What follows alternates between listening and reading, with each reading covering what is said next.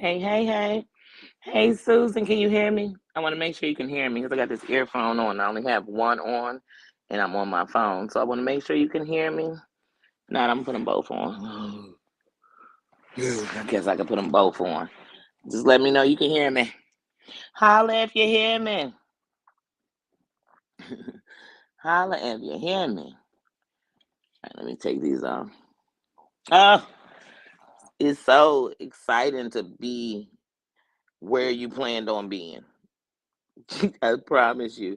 Because there were moments yesterday, Susan, I thought, there's no way. There is no way. I'm just going to be sitting here in Chicago. And then the thing is, like, I live in Chicago. So you think I'm just going to sit in my airport for 24, 48 hours waiting on a flight and I'm trying to go somewhere on Saturday? So, where do I start with this day? Yesterday, in my mind, how yesterday was going to play out was like this. I was going to go to the airport, get on my flight, get to Orlando, land, do a video because Orlando International Airport is nice. Do a little video, like an upload. Then I was gonna go live while I had lunch, and we were gonna talk about the Masked Singer. That was my whole plan. You know what I mean? That would take some time. Then I made it. Yes, yes. Oh my God, G5. That's what I'm talking about. I'm talking about my thoughts of what yesterday was gonna be, and then I'm gonna lead to what yesterday was. Oh my God. So in my mind, like I said, I was gonna go to Orlando. I had a 5 hour layover. I was gonna do my first live, doing the Masked Singer, find a beautiful spot, and just have the live there. And then while I had lunch, one or the other. Then I was gonna do another live just to stall time. I was gonna go live all day yesterday. Then I was gonna get on my flight, and by 9 I'd be here. That was what I thought yesterday was gonna be. So not at all. No, none of that happened. So first, I'm heading to the airport in the morning, and they say, "Oh, by the way, there's a delay," and that delay isn't until almost three. Is until 3 o'clock. Hey, BT. Hey, sis. Hey, G5. Hey, sis. Um, so at first it's like, okay, 3 o'clock. Well, the good thing is I'm still by the hotel, so I'm just gonna go ahead. Spend more time with Nino. I came on, did a live with you guys, left, met my son, did that, got to the airport, still had time to kill, get to the airport. But then I'm thinking, so then they said, oh no, it's 4:30. We said 3:30, but now it's 4:30. So I'm like, oh, okay. Then it's 5 o'clock. I said, okay, 4:35. That's something. That's not a big difference. All right. At least they're getting closer. At least the gaps aren't as big as from 11 to 3:30. That's a big gap. So now, mind you, in the airport, when I'm in the airport and I'm over there wait, we have to say the most important part. So I bought my tickets. Now, if you watch me, I told you all this last week. I actually told you Tuesday.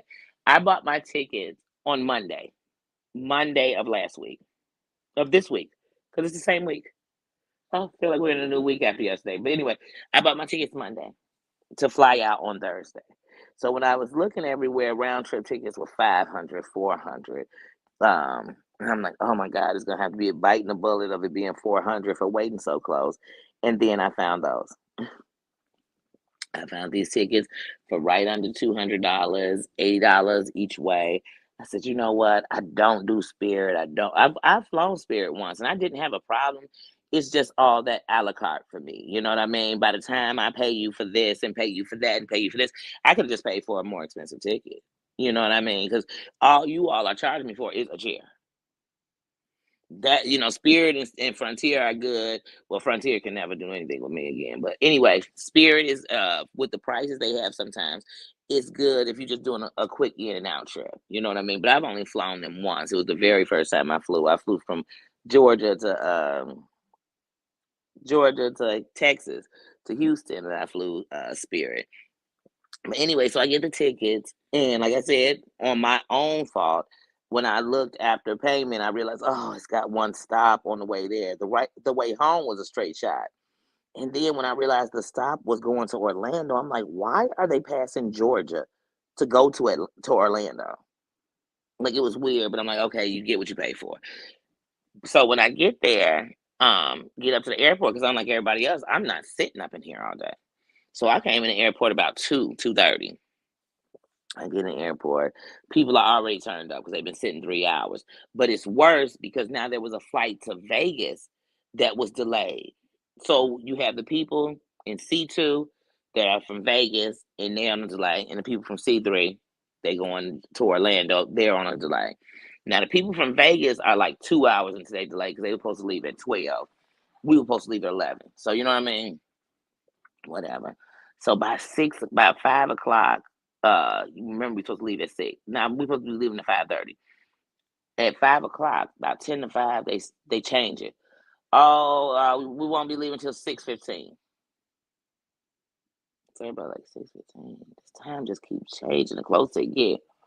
So they say 6:15. Everybody like they mad, but they're like whatever.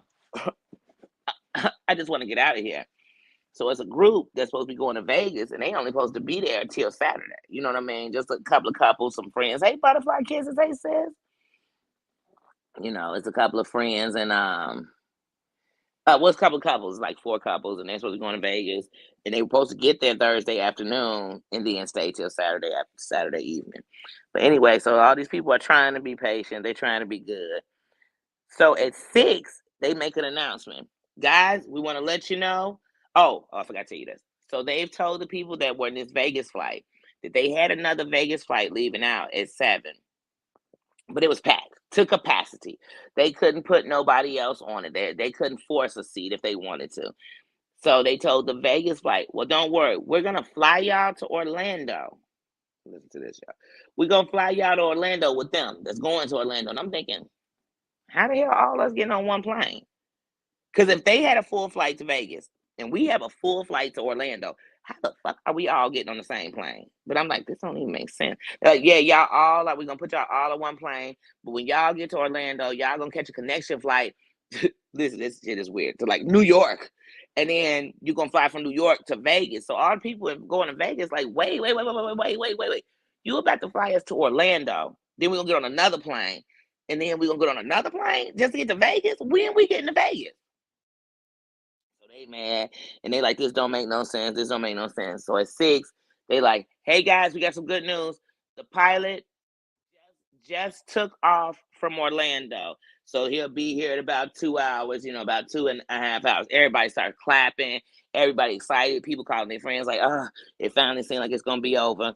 The pilot is coming from Orlando. Y'all can't make this shit up. So at 7, remember I told y'all there was a Vegas flight that was supposed to be packed, jam packed, so they couldn't put none of these people from this 12 o'clock flight going to Vegas. They couldn't put none of them on the 7 o'clock flight. They just couldn't. Man, next thing you know, they literally people are walking up to the counter buying a ticket for the Vegas flight at 7 at 6:15, and they selling it. Oh yeah, we got plenty. Come on, get in. So people kind of like, wait, if y'all selling tickets to the Vegas flight at 7, why aren't you putting some of the people from the 12 o'clock flight on here? So that people get mad. The anger is coming, y'all. Man, y'all, I can't make this shit up. I don't even remember times no more. I just know that they said they went from the flight was on its way. They have no idea when the flight was leaving Orlando. I said, what did he do? Get up in the air and get lost? What happened to the one that flew out? He just flew out and just went wherever he wanted to go. Did he go to a family reunion, a plane reunion? I don't know, y'all. So then when I tell y'all the room started going buck. So I guess somebody's like, give them some kind of announcement. They like, look, the flight will be here by 1 a.m. And then people lost it. Oh, it was mayhem everywhere. I mean, it went bananas. Because mind you, you got 2 plane loads worth of people that you are telling them. And it's people like, I got rooms. It was a girl there who her birthday is today. And she had been planning all year for her 21st birthday in Vegas. Friends of hers had got on a flight later on in the day and they was out in Vegas. She's still sitting up in the airport. And I said, well, honey, get ready to turn 21 up in here in this airport, honey, because it don't look like it. So then I was going to go off with people. I said, nah, because people like, give me my money back right now. That's not how it works. I know they're not going to give us our money back right now. So they like, Hey, look, everybody, we're sending you $10 for a meal. No, we're gonna send a meal on us. So then people kind of like they like everybody with a ticket who purchased a ticket, you're gonna get an email for a meal on us. Now, mind y'all, I ate chicken strips and French fries and a pop. That shit was $26. It was $21 for the meal for the chicken strips and the fries, no pop, and then $6 for a pop. But that's a whole nother story. So I'm thinking, oh, they're gonna give us like a $25 voucher or something, right? Yeah, it was $10. And so they like you could either take this $10 thing that you could scan at any restaurant in America, $10 voucher thing, or we could just send the $10 to you. But if you choose not to get it sent to you, then it's only good until 9 a.m. I'm like, they have the nerve to put restraints on when I'm gonna eat this $10 worth of nothing. The audacity. So I'm standing there, I'm thinking I'm gonna go off. I said, no, I'm gonna go see who else is flying up out of here tonight. And when I went to Southwest, like I said, they were down to five tickets left. It was 216 one way. Everybody was about the same. I'm getting a ticket for the same night. I'm glad it wasn't $400. And I got on that flight. When I tell y'all that pilot, man, he was cruising like Smokey Robinson. He said when we got on there, he said this gonna be an hour 15 flight. I said I ain't never did Georgia an hour 15. He should have put the pedal to the metal, and he got up in that sky and got little. I mean, he got little. Yeah, oh, I couldn't believe it, y'all. Oh my god. I'm like Frontier can kiss my whole entire ass. Like, and the worst part, y'all, is I didn't cancel my ticket back because it's with Frontier. I didn't cancel my ticket back at the time. I did cancel the my original ticket. And here's the funny thing, guys. Just a news flash. I don't even know if they're still there. Literally at 12:30, I got an email from Frontier saying that the plane was delayed until 6 a.m. What? What if you think I would have spent a whole night in the city, baby? Baby, I'm already renting a room. Baby, bad. I feel so bad for the people that was like, what? 5:30, and then they kept telling me because remember, y'all, I was supposed to stop in Orlando, which made no sense, but I was supposed to go to Orlando. And when I kept asking them, so what am I supposed to connect with at Orlando? Because right now, because of this delay y'all have had, I'm missing my connection flight. My connection flight is on time getting up out of Orlando. So I need to know, what am I supposed to do? They said, oh, well, don't worry. When you get to Orlando, they'll let you know.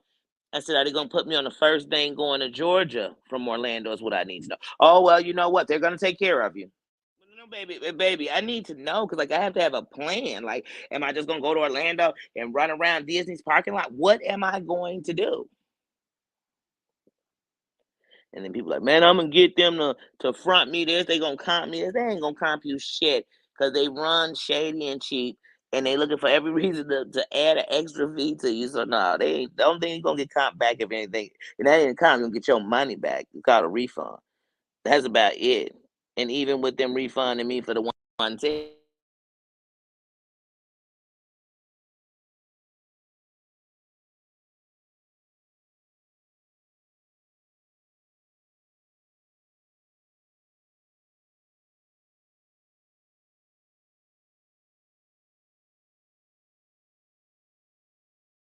On my phone rang, and I meant to not answer it, and I accidentally answered it.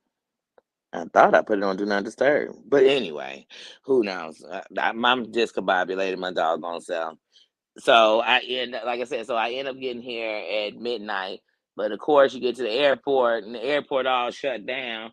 And as soon as we land, they telling people like, if I was y'all, I would hurry up and get up off this plane because the train system in the airport is on its last two runs. And if you don't catch it, you will walk that mile and a half from here to, you know what I mean, to get picked up. I said, oh, hell to the no. Let's get up off this plane. I got up off that plane and got lit 'em. I made it to that train though. That's all I'm trying to tell you. Because when I got in last year from Dallas, when I did a 1 day trip to Dallas, when I got in because of that delay in Dallas, I got in at 4 in the morning. That train wasn't running at all. We had to walk through that whole entire airport. And I was like, oh my God, this airport is too big. Oh, it's crazy. Hey, sweet potato. Hey, my butterfly kisses. Sweet date. I'm telling y'all. So, but no, I'm here, and today is gonna be a busy day. So today is like a lot of running. I'm doing my hair today. It's a lot of running. Gotta go to the store, get some last minute stuff, that kind of things. But I know tomorrow is gonna be absolutely beautiful. I know it is. I know it. It's mainly gonna be, and I love that they're doing simple now. My nephew's wife to be. Um, Her dad has a mansion he actually built out here, and so that's where it's gonna be, a little mini mansion he built. He's an architect or whatever, but he built, so that's where it's gonna be. But I just know it's gonna be beautiful because they're in love and they're keeping it like simple, and I love it. Simple but great. It's built on love, so when you put love in the air, everything's gonna be beautiful. So I'm so excited because I didn't get in yesterday. I didn't get to get the rehearsal dinner, but I know it's gonna be beautiful. I do. So I'm really excited about that tomorrow. Oh, I am too. And I'm glad I didn't have, and that's what I kept telling people. Like, here's the thing you gotta understand. If I would have just waited and flew on to Orlando and I was stuck in Orlando until they fixed whatever their problem was, I'm still gonna come out of money. If I would have had to get a room, if I would have got to Orlando last night and had to stay till Lord knows when today, I would have had to get a room because me just sitting in that chair all night in the airport is unsafe. I'm not gonna, you know what I mean? Not these bad eyes. I gotta have a place where I'm, we call it up against the wall, so I can see everything that's coming. So that would involve my own room. And then, like I said, eating in the airport is very expensive. I mean, it's just real talk. So the thoughts of me staying in no, I might as well spend that money and get another ticket. What up, Cooks with Love? Good afternoon. Good afternoon, Cooks with Love. How you doing? My sweet potato butterfly kisses is in the building. I love me some butterfly kisses. My G5. G5 always in the building. I want to make sure I see everybody. VT, hey sis. Y'all know because I'm doubling it with the eyes, and I tell y'all, I'm telling y'all, check them comments sometimes, and you'll see when I'm commenting in something in one of the videos afterwards. Well, I'm gonna always respond. I don't even call it comment. I call it us talking. You know what I mean? Yeah, it's like we texting each other when you all comment in there. But honestly, I'm watching to make sure I didn't miss anybody. Like they went past me, or sometimes you know how you stroll and they go fast that I didn't miss anybody or miss something somebody said. So I'm always trying to go back. So please, please count into these eyes. They trying to do all they can and be grateful when your eyes work. Even if they working just a little bit, be grateful for that because they don't have to work at all. Cooks and Love, you already know what I'm about to ask. Sis, what was for breakfast or lunch? Well, it's Friday. It's Friday. It's chill day. It's a chill day for us all. I keep thinking about these sandwiches I love out here. Oh, I really want one, but they're like 45 minutes away from here. But if when we go out, we go that way. I'm definitely getting one of them sandwiches. Definitely. Yeah, you do because you know what? This is the time you can actually sit and talk with people. That's why when I hear creators say like, "Oh, it was only such and such people in your chat," it was like it was dead. No, it wasn't. It was like it was more personal. Have you ever went to go see a big time musician in a small venue? It's beautiful. You know why? Because it's more intimate.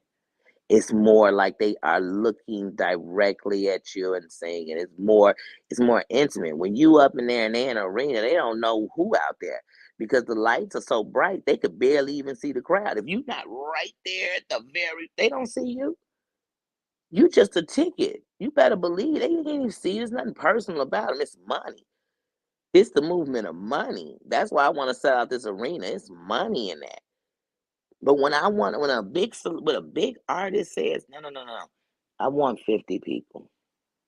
Like when they used to do the things at the House of Blues, and you got bigger people, that's intimate. That's intimate. It's more than 50 people, but still that's intimate. Could you imagine Beyonce started having some 500 people come, people lose their mind because they feel like she came over their crib and kicked. That's intimate. So when I'm on at this time, please, I'm gonna embrace every moment of it. We're gonna talk, and even when I still got conversation because I feel like even when you grow, you could start having like you could have, hey, send me questions. You know what I mean? It don't always have to be a bad question or how you help me with my relationship question. It could be simple questions. It could be like, hey, what made you start? It could be anything we want to talk about. Call it 21 questions. You pick like 3 a day. You know what I mean? And it's 7 days in a week. These are 21 questions of the week. So I mean, of course, it'll always be more than 21 questions, but you just keep going. You take those out the pile and you keep going. You just keep going with the questions. Oh yeah. Oh, when it's a small concert, it's great.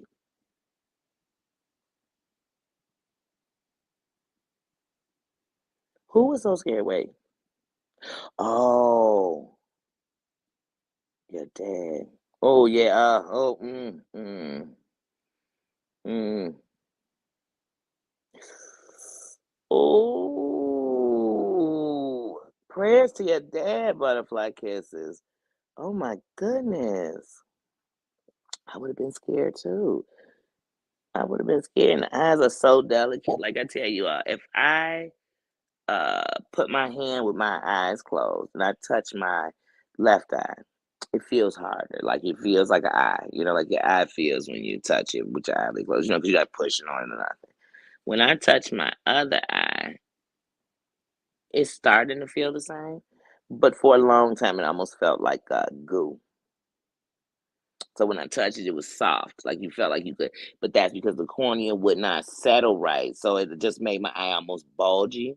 And there would be times where like I wouldn't notice it until I took a picture, and I would put pictures up, and people would say, "Oh my God, it looks like you have cataracts, like this gray film over your eye." But it wasn't. It was that my cornea was up off the eye, so it puts this glare. So now the light, the reflection of the TV, me looking into, you're gonna see all of that. That's what it's gonna look. So that's what people. Oh, your eyes like they changing colors. Spiky, Spiky, how you doing? Good.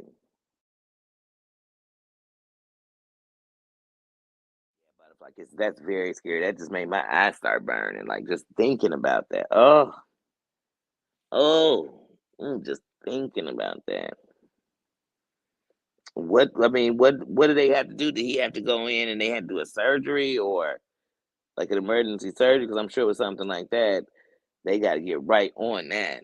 Oh, but yeah, when I had the keratosoma and didn't know it, because my cornea was shaped like a cone instead of like a contact, and that's the best way to describe it. Since it was shaped like that, it wasn't protecting my pupil like it should. So it wasn't protecting that at all. Um, and so all of what your cornea is protecting everything. It's a shield. So when you're washing that face, when you get soap your eyes, even though it hurt, the cornea is protecting your eye. It really is, because if that thing is loose, it's dangerous. You know how people could poke your eye out? Oh, imagine if that cornea wasn't there. Oh my, oh, just thinking about it. Oh, it makes my skin crawl. Oh,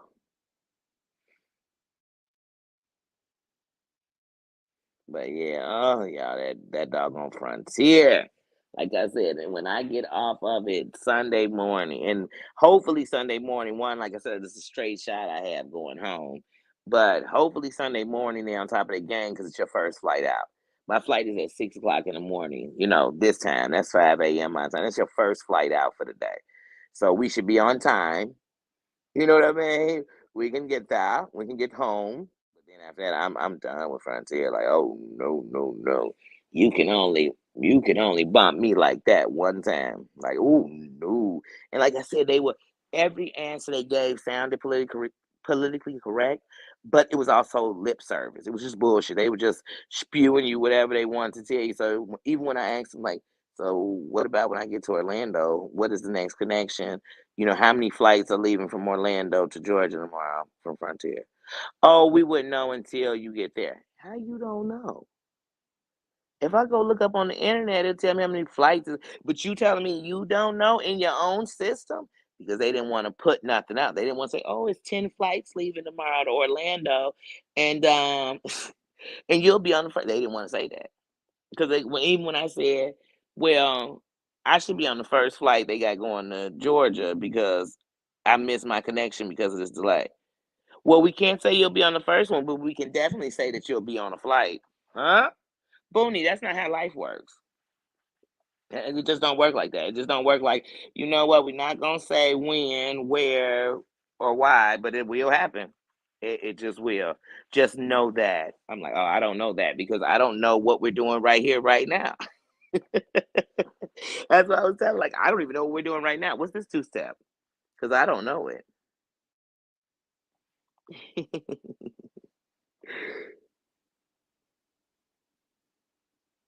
Oh,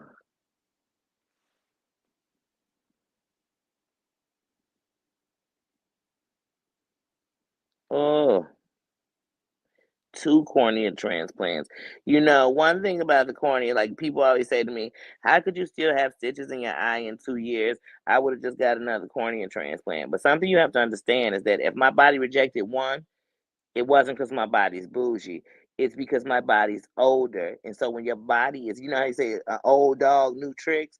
So if you're 40 years old and you've had a bad eye your whole life, your body has fought that eye. When you didn't even know your eye had a problem, my body was fighting my eye. So in return, when a new one came, it was fighting that hard because it was a foreign body. And on top of it being a foreign cornea, there's these stitches that are foreign bodies inside my body. So my body rejects it. So yeah, they could have been like, oh, you know what? It's rejecting. Let's take it out. And then they would put the next one. It's rejected. So would they kept doing that? Would I be on 25? So sometimes you have to know, but now sometimes people have a later rejection or something like that. But usually they're gonna fight with the rejection. So, like I said, that's why I'll take steroids my whole life. As far as eye drops, I really like when I'm not on the oral steroid because steroids, especially such a high dose and so many. Because like I said, I because steroids you cannot go cold turkey on. So with steroids, when they break you, they wean you down. So when I first started, it was 5 a day, 4 a day, 3 a day, 2 a day, 1 a day, quit, repeat. 5 a day, 4 a day, three. You know what I mean? You literally had to go in these ways because you couldn't go 5 a day, 5 a day, 5 a day, 5 a day, none. And so I don't like when I'm on because when I was on the steroids like that, one, I felt like first of all, I love food. I do. I'm an emotional eater. I admit all of those things. But I noticed with the steroid, you always feel hungry. I always felt hungry 'cause I'm on so much steroids. And like anybody in my family that was a doctor or a nurse, they were making sure like, okay, your doctor knows what he's doing as long as you wing him because steroids can be dangerous just shutting them off like that. So I learned a lot, and then I also, to a degree, I won't say it's the same. It's like when people have roid rage, like steroid rage, but it is an aggression when you're taking that much, and sometimes it felt like a depression. Like I felt overly sad. You know, it was a lot going on. You know, I'm losing my vision. The pandemic is going on. There's looting. There's racial tension. There's just so much going on, but I was just always emotional, just like super moody, emotional. It's a process. So, like I said, even with my stitches coming out shortly, it beats starting over because the whole beginning, like I said, it took me almost 8 months to get my peripheral vision back. I couldn't see anything coming from my sides. Yeah, so nah, starting over just ain't that for me. Ooh. So when people have to do it, I know that that first one was complete because when it's called a complete rejection, there's nothing they can do. They can't store steroid feed that. They can't anything. But once they take the stitches out, that means that your eye and your cornea have connected. So the only thing that can happen now is you can get keratosoma in the transplanted eye, I guess, or it's gonna separate. It's just gonna the cornea is gonna separate from the.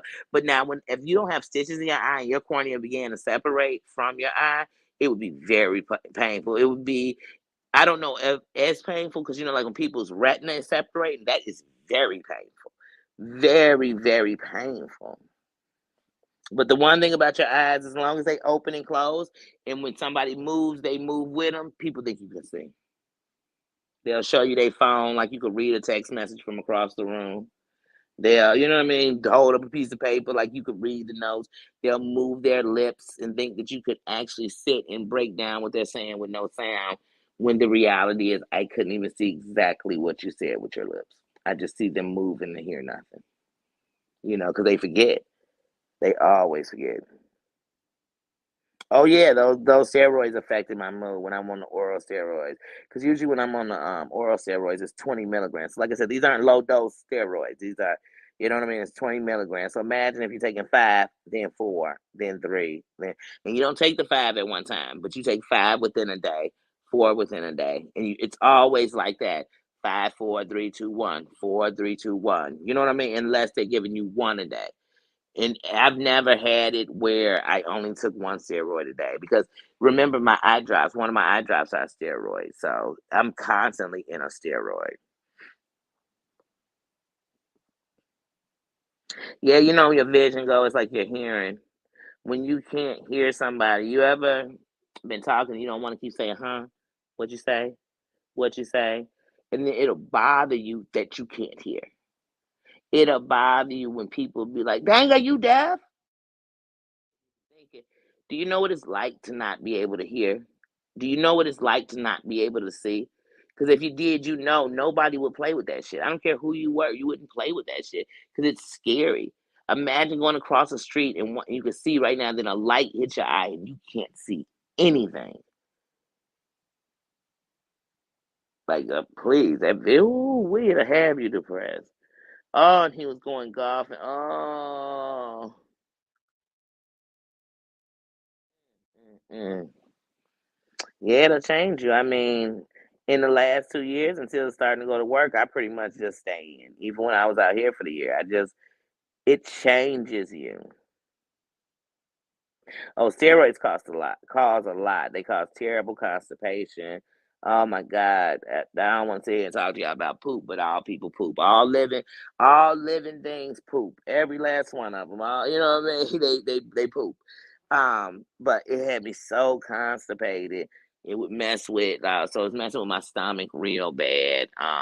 Sometimes, like I said, sometimes I would sleep a lot because you feel like I don't know tired, and sometimes I feel super like charged when you're on a lot of them like that. So sometimes I might not be tired at all today, and tomorrow I'm tired. These are what happened to me, and the only thing different that I was taking was the steroids and so much. But like I said, it messed with my mental. So even when I got depressed about my eyes, sometimes it was way worse. Like it was times 20 where honestly you truly thought like I can't live like this. And it reminds me when I was young and you hear about somebody like becoming paralyzed and you think, I just would rather be gone. Because that's the shallow in us. That we know how important our feet are, but we take them for granted every day. We know how important this vision is, but you take it for granted because you can see. We take it advantage so much that we can see that even when you need glasses, you'll run around and let your eyes be bad not wearing glasses because we take it for granted. Till the day you get up there and you can't see nothing. When you're looking at a menu and you're trying to explain to somebody, I can't see it, and they think you can't read, but you honestly can't see. So the lights will definitely affect my eyes forever. But them steroids, oh, no, no, no. Whenever I have to get back on the oral steroids, I always get a little depressed because I know one, it's too many things to fight when you're on the steroid. Like like I said, I have a bad stomach already. So if you give me something that constipates and bags me up on top of a bad stomach. So when I say I have a bad stomach, sometimes my stomach. So I'm always gonna eat, but there's gonna be times where I didn't post some food. I might have posted the food from a couple of days ago or whatever. Because one of these days I might not have ate because I might not be having a good stomach day. And I enjoy food because, like my doctor told me when I had my last stomach surgery, when my intestines got tangled. My surgeon told me when I said, "So what is my diet? What can I eat?" He said, "Here's what I can promise you. Your stomach will let you know. So, don't go into gluttony. You know what I'm saying? Don't do too much, but enjoy what you can enjoy now." And I changed from that. I was a finicky eater before that. Oh, I was super finicky. My food couldn't touch. I couldn't do this. It couldn't be wet. It couldn't be, I mean, I had a million. I don't eat this. I ain't touching that. I don't, And I said, you better enjoy it because you're going to look up one day and you're not going to be able to digest food like like you should, and this stomach ain't gonna work like it should. So I'm gonna enjoy this shit while I got a chance. That's how you gotta look at life. Stop waiting for it to be the perfect moment to do some shit. Just do it. When I walked up in here today, you know the first thing that hit me was that I did my first live, and I did lives for 9 months right here in this kitchen, right here in this dining room, in this living room, right here in that back porch. Right here was where I said one day, I'm not putting off shit else no more. I'm not thinking about what I'm gonna do. I'm gonna execute and do it. I'm not gonna be in the background waiting for somebody to give me a chance to say what I gotta say. I'm gonna say it. I'm gonna show you that I stand for. I don't stand for just anything, because then I'm falling for every bullshit that's going on. No, no, no, no, no, no, no. I'm gonna show you how you lead.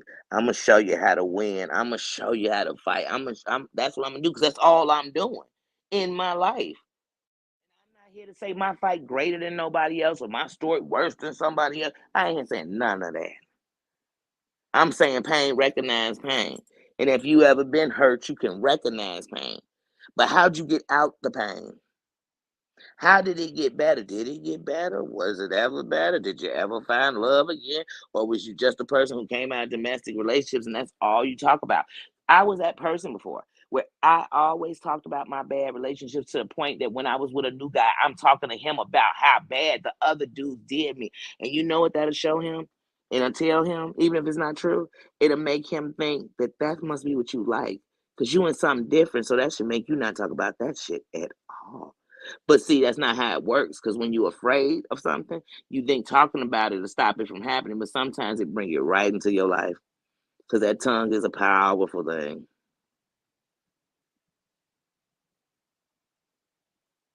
Oh yeah, even some healthy foods. Yeah, and so it all depends on how your body breaks down stuff too. And mine sometimes will break it down in slow motion. So you'll see me eat a great meal on a video, but sometimes that's the only meal I'm going to actually eat for that day. And sometimes I broke it down and I didn't even eat it all at once. You know what I mean? Because I know how my stomach has to take things. Like right now, it's 1:46 out here.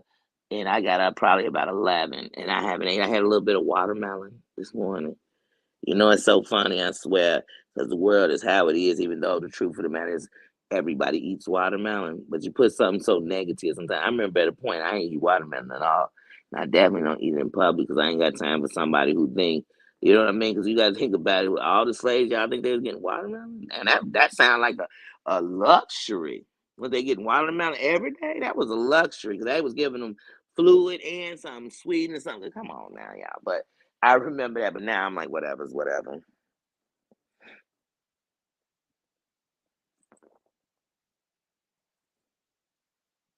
Oh, thank you, butterfly kisses.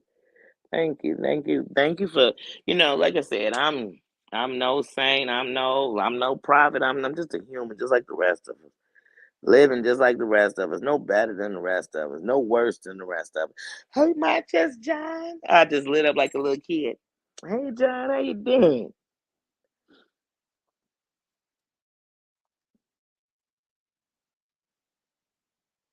Yeah, and then you have to think about it. Like, here's the thing: nobody's happy 24/7.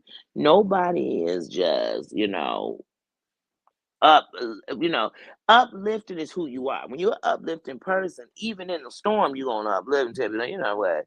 I don't think we should run there. We might lose, because you gotta know it's bigger than the moment. But people think if you do that, that means you run around here goody two shoes.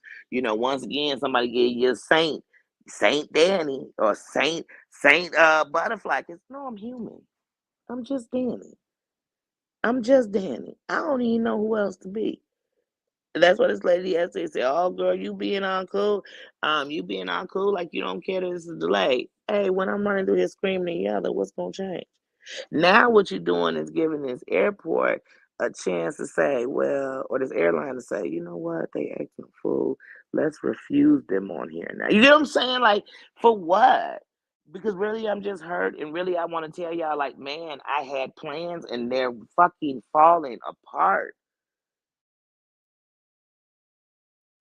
when everybody went down, like, oh, I'm just gonna get a drink. I literally said to myself, you know what? Before they even was saying it, I said to myself, you know what? I'm just gonna have a drink, chill, sit and watch some TV. And y'all literally, this may sound silly, it's crazy to y'all, but I literally just put on David Chappelle and sat and listened to it and had a drink. It was sitting there cracking up, but it changed my energy. It changed my energy, like, but I knew, like, "Oh, I gotta get from out of here because I know if I start to explode, just like anybody else, once you get there, it ain't no coming down quick. You'll come down, of course, but once you go from that 0 to 10, man, you on 10 for a minute. For what? You think that's gonna bring a plane here? That's gonna change we've been sitting here all day? That's gonna change if the flight still didn't come till 5 AM? What's that doing for me? That's what I told him. I was like, "Oh, I'm gonna just keep listening to this music in my ear." And then when people got too loud, I just put both my earphones in because I had to completely block out the sound. Because I mean, in some of the cries, I could hear it, I could understand, I truly understood. But I knew that this wasn't gonna get us nothing. Like when people was give me my money and give it right now, oh, it don't work like that. And no, you can go to any of these airlines if you think that right there they're giving you your money back, but right they're just gonna open the register and start slipping out cash. I mean, you got another thing coming. It's not gonna ever happen like that. And most people buy their tickets online and they use Expedia and all these other things, so the airline definitely is not where you're not. I can't. I can't. Oh, Vancouver. I love Canada. I got two people because you know my JC Bear out there, so I can't go out there. JC Bear not cook something. Oh, 'cause we have such a food love in common.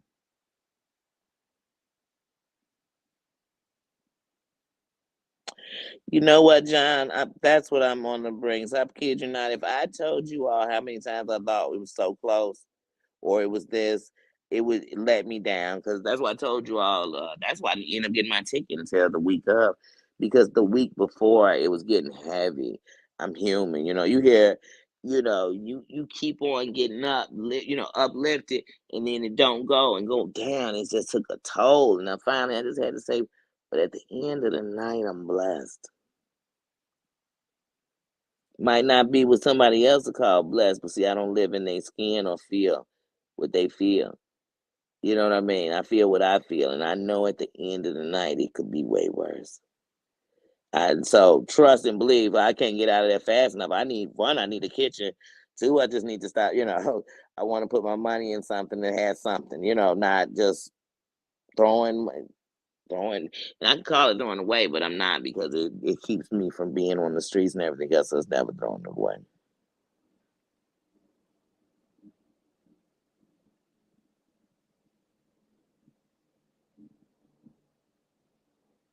Oh, you're from Canada too, Butterfly Kisses? Oh, Canada love.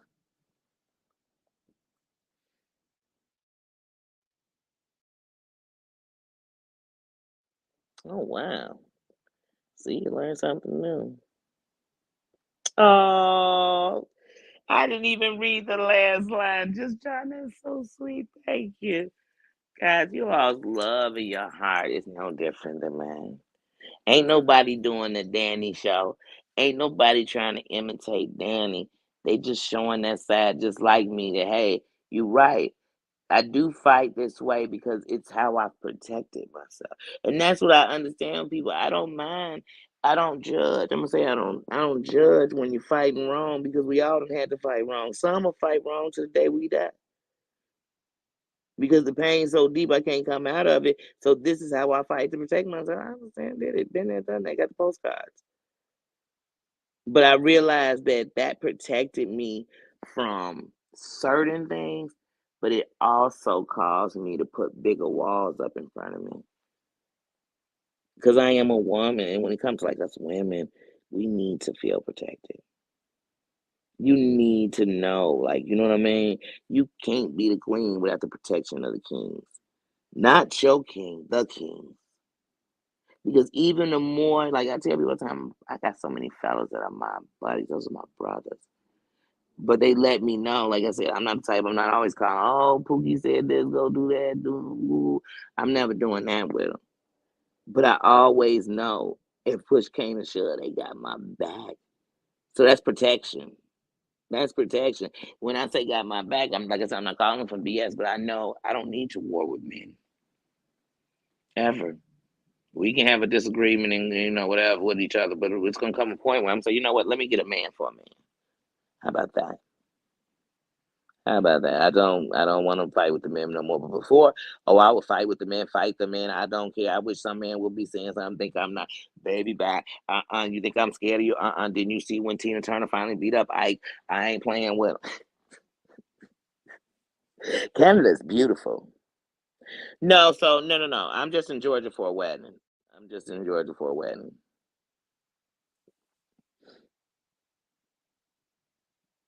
No, no. Even with Chicago, like even with going back with Chicago right now, we having a big crisis with these two insurances messing with me with the state. So I'm trying to get that straight. But I'm out there because I really want to be on top of my eye and everything involved. So even for me, it's getting on disability, which I applied. It's a process. I applied because you had to wait almost 2 years because my disability they're called, temporary. You know what I mean? But it's been to a point of, holding me back now for 2 years, but you had to have it for over a year and a half. So I'm at that point because I'm at the 2 year mark. So, but everything's a process. Because even with disability, I'm like, oh, I don't want to be on disability because it limits me. It limits me. But then I thought to myself, well, I'm limited in reality, whether I want to claim it, whether I think it's cool or not. But I'm not to a place where I can't do no, it ain't that. But it does limit you, like I said, because the sun can hit my eye the wrong way. And then what if I was driving? Bam, I completely lose vision for a second. You can't be on the road and have time to lose vision for a second. So that's one of the things. Some days I wake up and my eye is just whatever. On days I use my eye too much, the next day my eye is bad.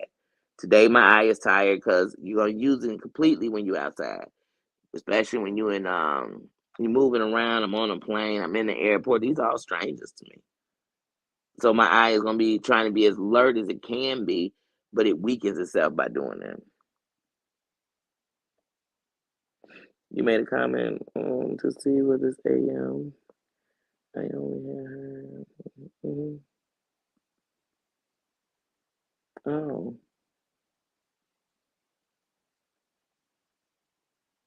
no, no, I don't even think that because if you start thinking that, the universe will put a spell on you, and you'll swear it's her.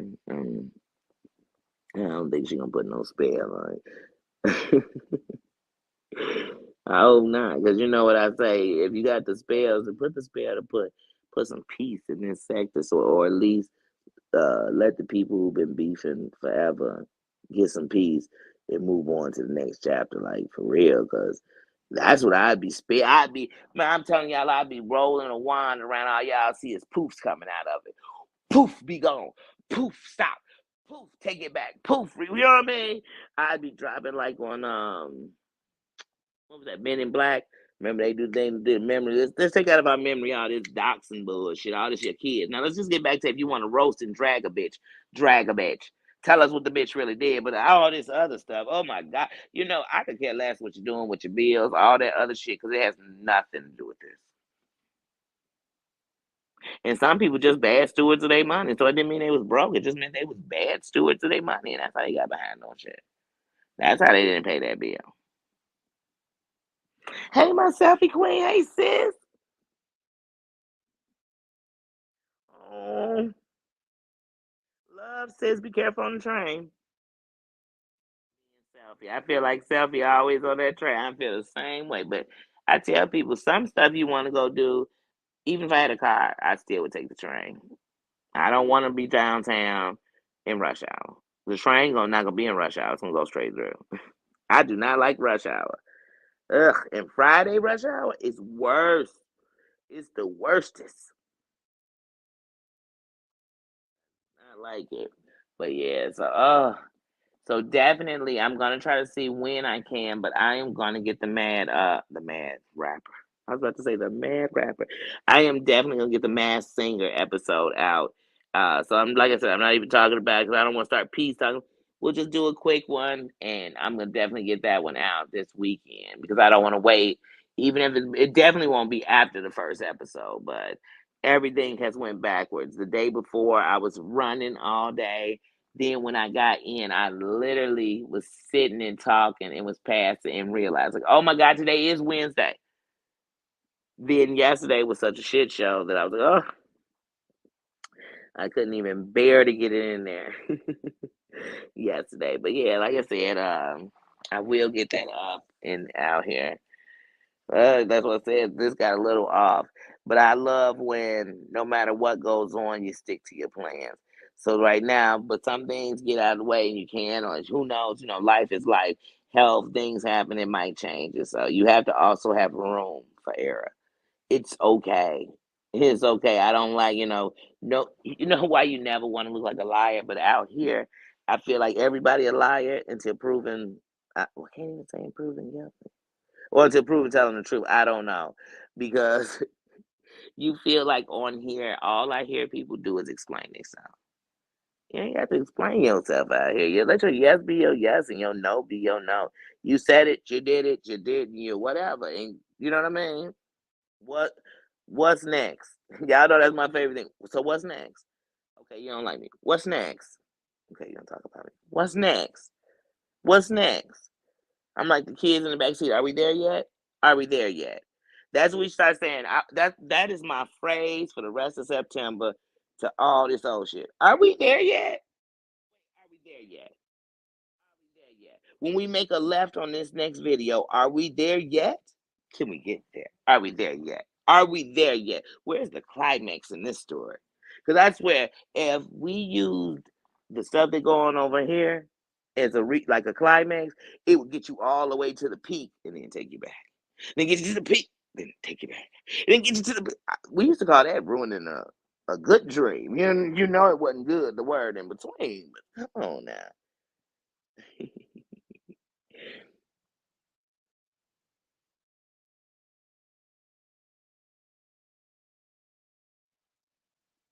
hmm Yeah, but one thing I know, it's just like here. Let me tell y'all something. That's why even the other day I was so insulted when it was like, "Oh, you came on being an inspiration." I'm inspired. Let me tell you where the inspiration starts for all of us. It starts with the inspiration for yourself. And some people will swear what you saying for you. You ever went and told somebody like, "Yeah, for me, I wouldn't even do that because they did that." Well, I ain't you, and you be thinking exactly. So why'd you get offended by what I said I'm gonna do for me? So sometimes when you say I want, people swear you telling them not to. No, no, no, no, no. It's a difference. When I want to tell you not to, I'm gonna say, "Don't do that shit." You know what I'm saying? I'm not gonna be like and but I'm really talking to you. I ain't got time for subliminals. But the truth of the matter is, most of us have dealt with a lot of these same things, and we have to not just bring them up and bring them out. What's next? What are we doing with it? What are we doing with it? But that's also some sensitive because all someone who is, if they're talking about their story, especially on their channel, all they're going to hear is them being silenced. She is allowed and allotted to talk about her story every day on that channel if she wants to. You ask yourself, do I want to listen to it every day? But she could do that every day because maybe that's how she frees it because she's not free from it. And see, here's the thing to any of us who ever been through it, the truth is you'll never be 100% free from it because it happened. But you have to come unshackled. So that's the blame, the fear. So I took my fear and turned it to being wiser and giving like more avenues to other people so maybe they never had to go there, or if they did, how I learned, because some women, like I tell men all the time, when we, and even for us women, forget to the men, let's start with the women. When you sit there and we hold shame, slut shame, whatever you want to call it, to a woman's sexuality and what she's doing with her vajayjay, her pocket, her twat, her whatever you want to call it, when you do that, what makes it bad? What makes it bad is that there are women out here who SA is the reason that they are promiscuous. because somebody took it from 'em, so now they give it away. So you will never take it from them again. So to down somebody, you never know why they're that. But behind it could be a story. And now here you are downing them about what they do, what they say, so you have to be so careful. But um how somebody gets it out. I mean, I probably told my story about what happened to me when I was younger to everybody who would listen. And I know sometimes that might have been a lot to people, but it lived somewhere in me, like it festered like soup. It was stirring up every day. You had to stir it just a little bit, and then all the aromas came out, which kept me in that place. It kept me in that place. So, to each his own. Red Rock, what up, bro? Fam. Somebody came into my comments and said, Rimrock said you family. I actually thought I had sent a comment and I realized I haven't yet, but I told one time 100%. 100%. I got mad respect and love for you, Rimrock. That's one thing about me. I don't say nothing for clout. I say it because I mean it. I say it because that's the truth. Let me tell you something. This light that I'm shining on these YouTube is probably somebody saying to herself, "Who does she think she is to shine a light on somebody?" Let me tell you something. If you think you got to be at the top to shine a light, you're gonna never get to the top because you're still in the dark. My eyes aren't wide shut; they wide open, and I'm gonna shine a light on people who have been on here. And like I said, I've stayed subscribed because there's something in you. There's something about you. And if I'm not gonna shine a light to that, then why am I subscribed? Each one teach one, each one reach one. And like I said, for every content creator, good, bad, or indifferent that I've ever laid eyes on, they have shown me what to do, what not to do. And then on the other side, I know what I'm going to do. And so the same Danny you get at what you call the bottom is the same bitch at the top. You better believe that because this is a buck. I am a real person. And I really, like I said, I really am gonna give. I'm not gonna give you the love. I'm telling everybody go out and I'm gonna give you the love I know I need to give. I give you your flowers while you here. You won't question how I felt about you at the end. You know what I mean? You won't be sitting around saying, "I wonder if Danny really liked me, or was she just looking to jive me?" Bullshit. Or did she really like me? She really liked you.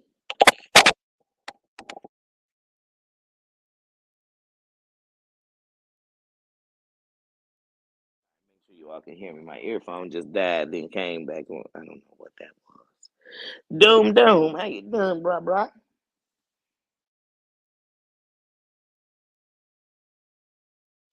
You doing side work? Hey, I like that. Last time I was doing side work, it was called a side piece. Yeah, it is. It's like a side piece. I told you, I used to think, I don't know if it's because he in my city and I knew him, but I used to think I was the bishop, Magic Don. Oh, thanks, John. Thanks. Remember I say it all the time, and it's one of the realest shit you could say. Love is love. Love, is not boastful. It don't brag. It ain't, you know what I'm saying? It ain't here counting your wrong. It ain't none of that. It's none of that. Love is knowing that when I was giving out hate, I gave out hate because the world was cold. So why don't I give out love? Because it was the world. Some of the world loved me. They didn't all hate me.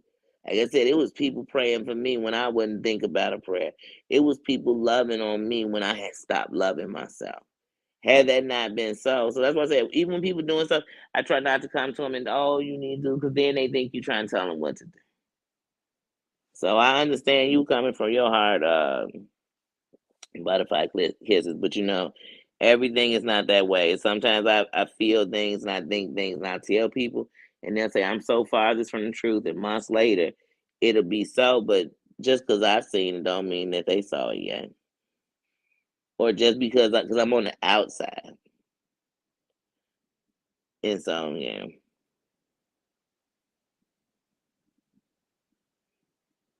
Mm.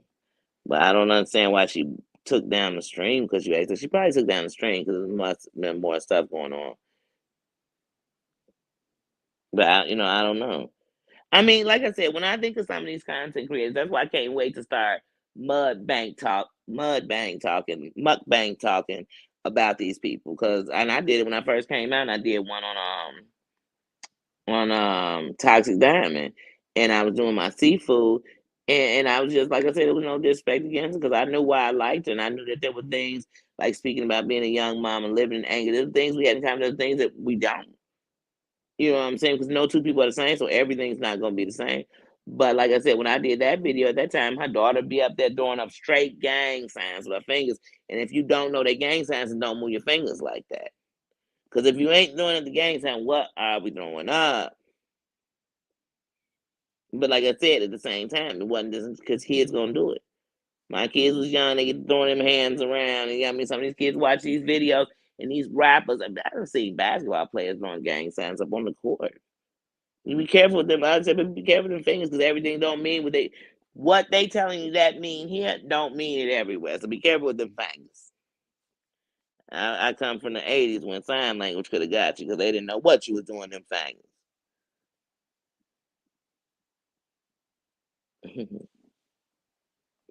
But yeah, but now some of the stuff you see going on out here, you like I don't even know why y'all still on here because I wouldn't run away from YouTube, but I definitely had to rebrand.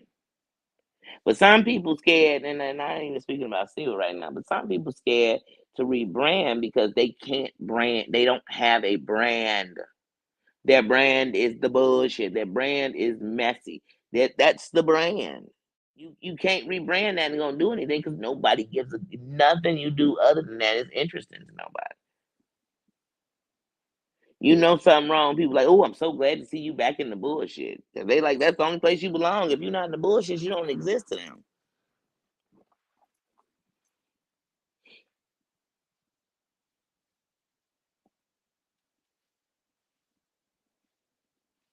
But one thing I'm gonna say about any bullying, the moment you take away the power of what they bullying you about, they gotta find something different. They gotta move around.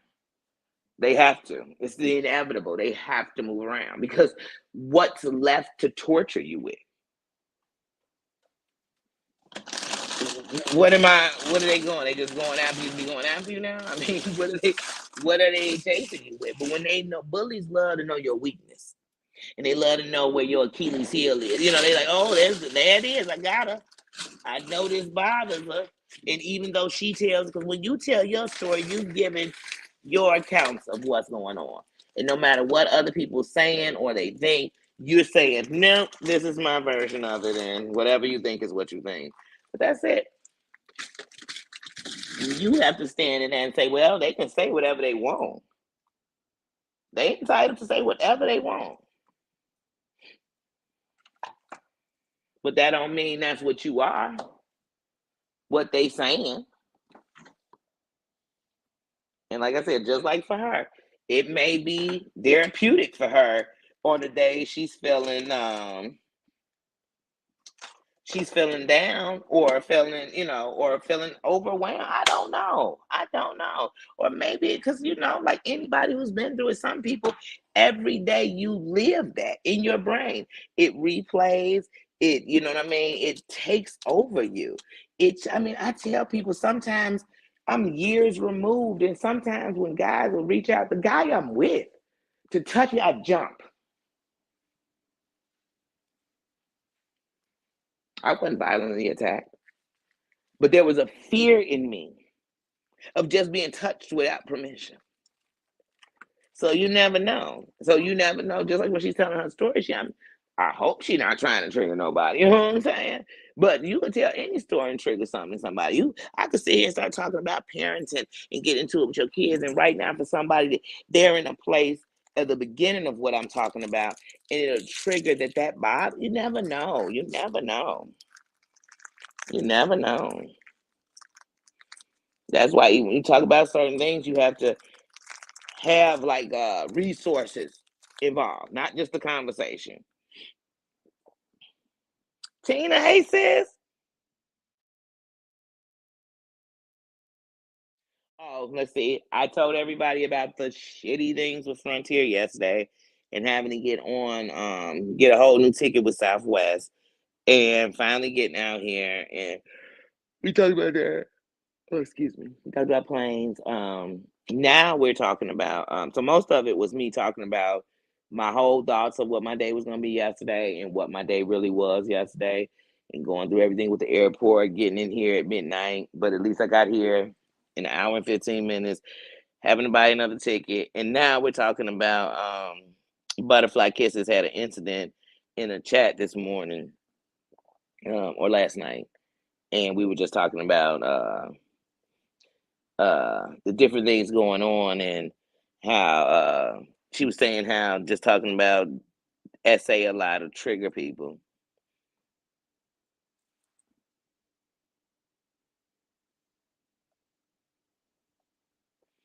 Yeah, but sometimes I know one thing is everybody knows. We all know if the subscribers know what people are doing, the creators know too.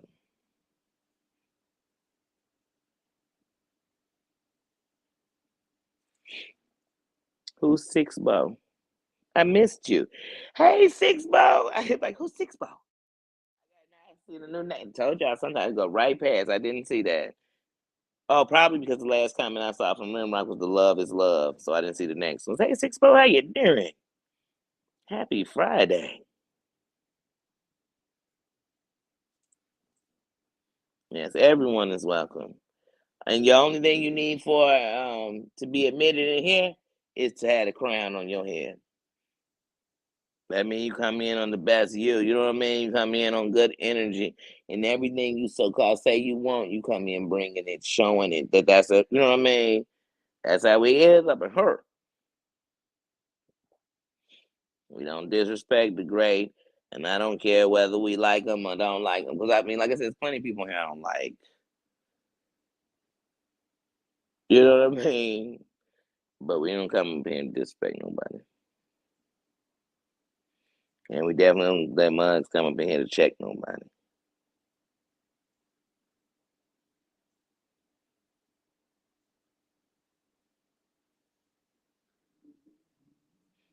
Oh, Just John doesn't have a channel. Well, Just John, did you start a channel on me? Oh, Six Balls, you have a channel? I will definitely be checking it out. I can't click the link right now because I'm on my phone doing. Six Balls, you are the one who came in my comments and definitely fam. Definitely, that's my brother.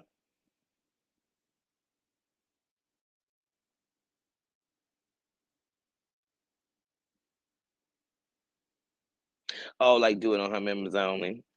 Or if you're not gonna do it on members only, have a set tone. It can't be every night. You know what I mean? Because even if you was out there healing and yelling, every night wouldn't be the night. You know what I mean? That you want to rehash it. Because even if we go to control place, like I've been in therapy, and sometimes therapists open up stuff in you. So when they open it, they don't open it all at once on Pandora's box and let's drive into it. They open it for a reason.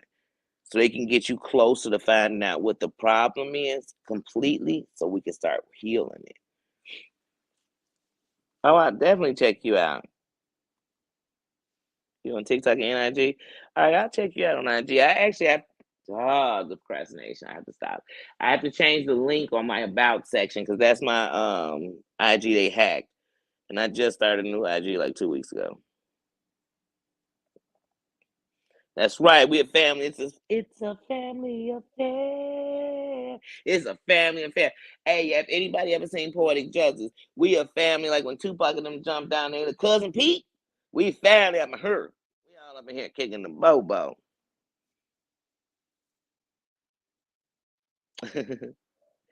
Thank you. But I'm definitely gonna check out your channel. Sue dropped the link. I'm definitely gonna go subscribe. Because I know if I pull it up, it's gonna take me out of StreamYard right now. So I'm not gonna do it while I'm on the phone. But yeah, so today, like I said, I gotta do my hair. I was thinking because that picture popped up of me in Georgia. That's why I posted on IG the other day because it was from the same day last year. And I said, "Oh man, time is flying." I was thinking, I think I'm gonna do my hair black for the wedding. I think I'm gonna do my hair like that. Y'all know I'm all over the place.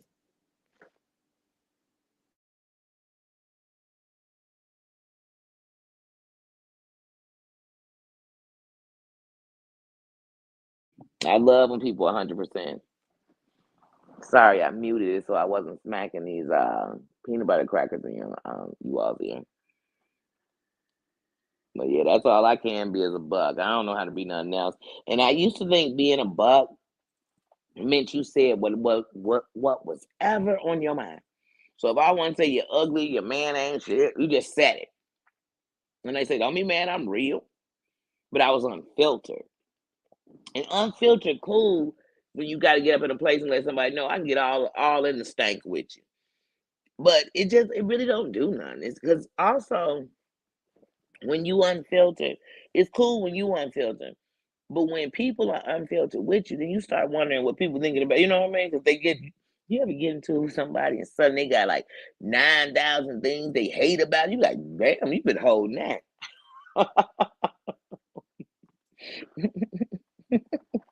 When you unfiltered, it's not that you've been holding.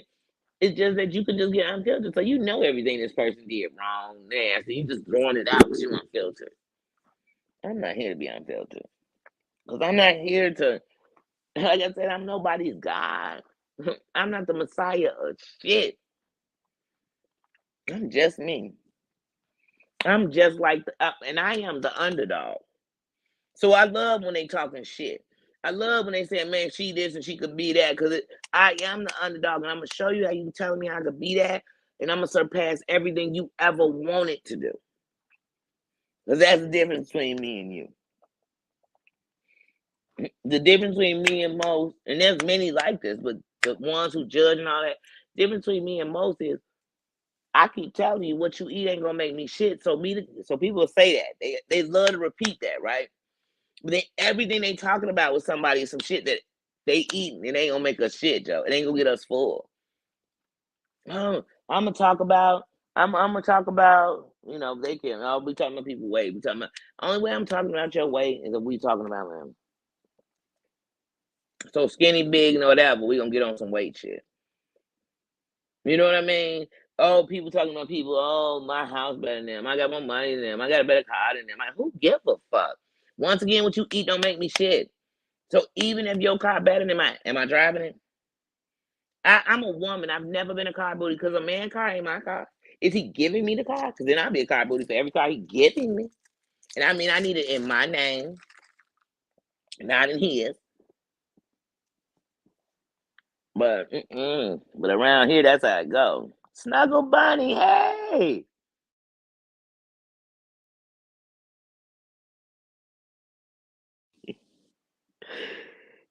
Oh, thank you. Man, it's good to like I said, these words are always encouraging when it comes from y'all because I've been called the bad seed. I've been and that'll hold you. You know what I'm saying? Like you do wrong. And like I said, I don't come everybody think because you doing something wrong or you had a bad life or things happen, you must have came from a family didn't care, they must have been busted, broke, you must have been starving. That don't have to have been your story. You could have been invaded at a young age, male or female, and that changed the whole direction of your life. But see, I learned that every road I went down, I had to. Can y'all wait? Can y'all hear me? Okay, I didn't see the thing moving. But yeah, I learned that every road I went down, I had to. And some I learned to know not to go down again. But I told you I'm from the show me state, so I had to learn the hard way. It's a hard knock life for us. It's a hard knock life for us. It was one day when I got old and I realized instead of treated, we get tricked. Instead of kisses, we get kicked. And that shit is the truth. So sometimes you feel like that. It's a hard knock life. Like for real. Like, man. But I decided, fuck that. So now I know I got juice. You gotta know you got juice. And when you know you got juice, you don't worry about the rest of that shit. I expect the nobodies to say the same old shit about people. You talking about they looks, they money, they pussy, they man, they ooh. That's like getting into it with a dude and thinking he not gonna call you a hoe or a bitch. Ooh. Give me something new.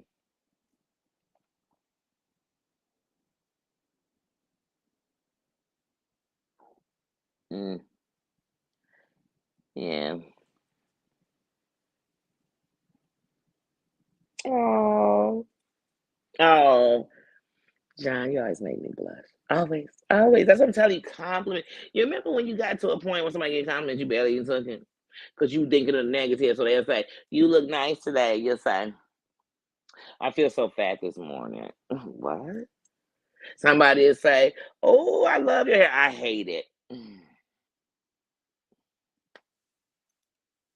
I can tell you lost weight. Actually, I'm bigger than I was before. You be like, God damn, I don't know how to compliment you no more. You know what I mean?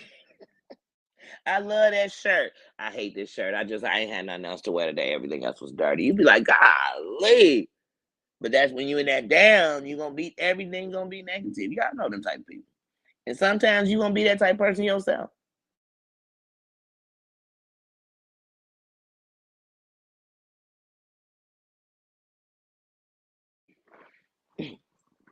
Lots of people love Annie. I'm not even gonna get into Annie right now. That's a whole different conversation. But thank you, thank you. You know, beauty starts from the inside. If you meet somebody and you thinking when you walk in the room like, ooh, they attractive. So you see this man, you think, oh my God, he's so attractive.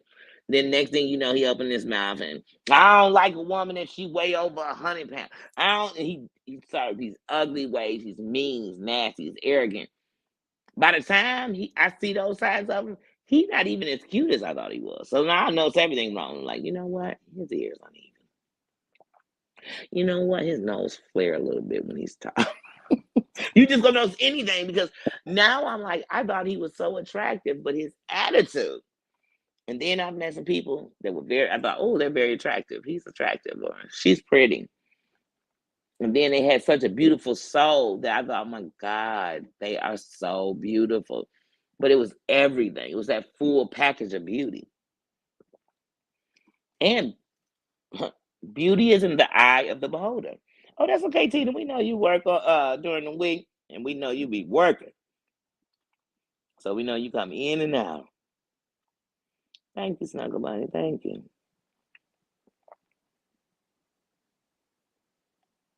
Oh, I used to love Carol Burnett. Oh my goodness.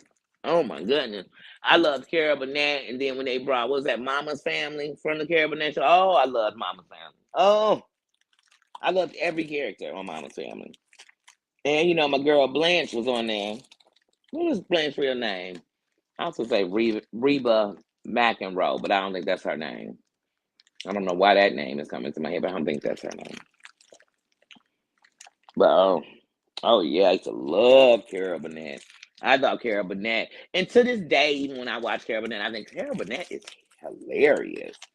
She is hilarious, and I know that had to be hard because even to this day, sometimes men don't. You know, we have very funny women. I could do jokes, like you know what I mean. And see, jokes ain't roasting and talking about people.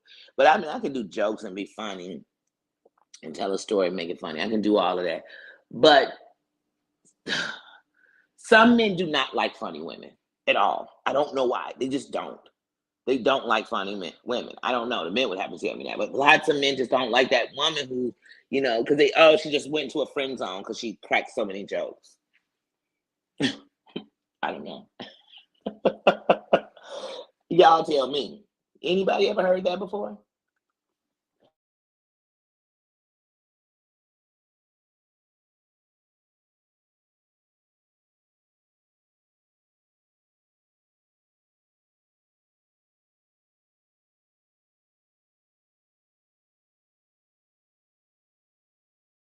Oh, y'all got me blushing in these comments. Thank you. Thank you.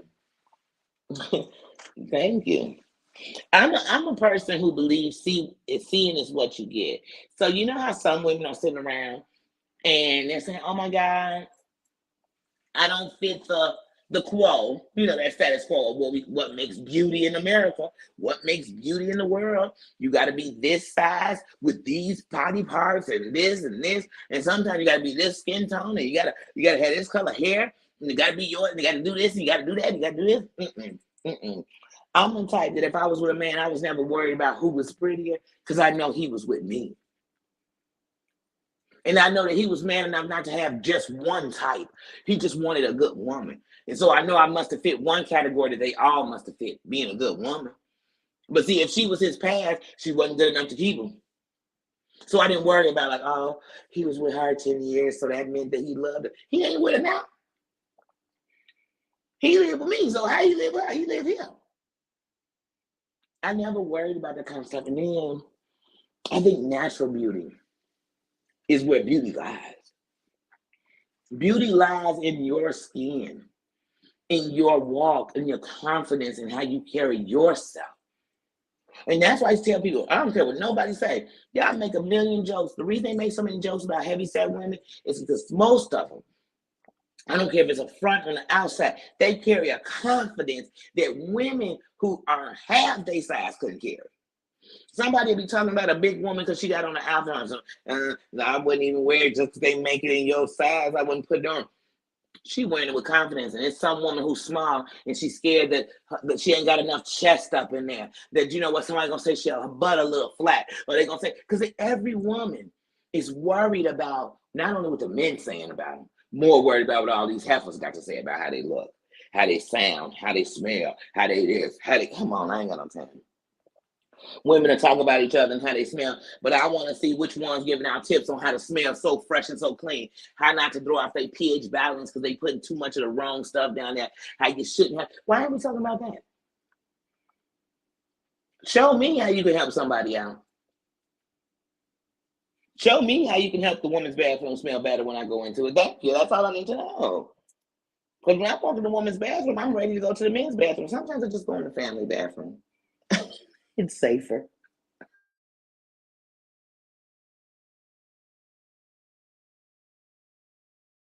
I say, now, how do they have a whole bathroom that is meant for you to change your baby's diapers and it smell better than the woman's bathroom? Somebody riddle me that.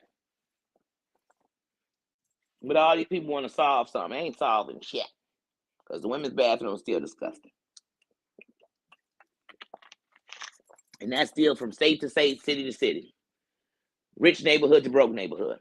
So what that tells me is we have more women that need to be trying to figure out how to balance themselves without using all the wrong things or wearing the wrong underwear. Or did you know there's 1,000 ways you can catch a yeast infection, which means that women's body is sensitive down there. So let's learn to take care of it. That would be the conversation I'd want to hear.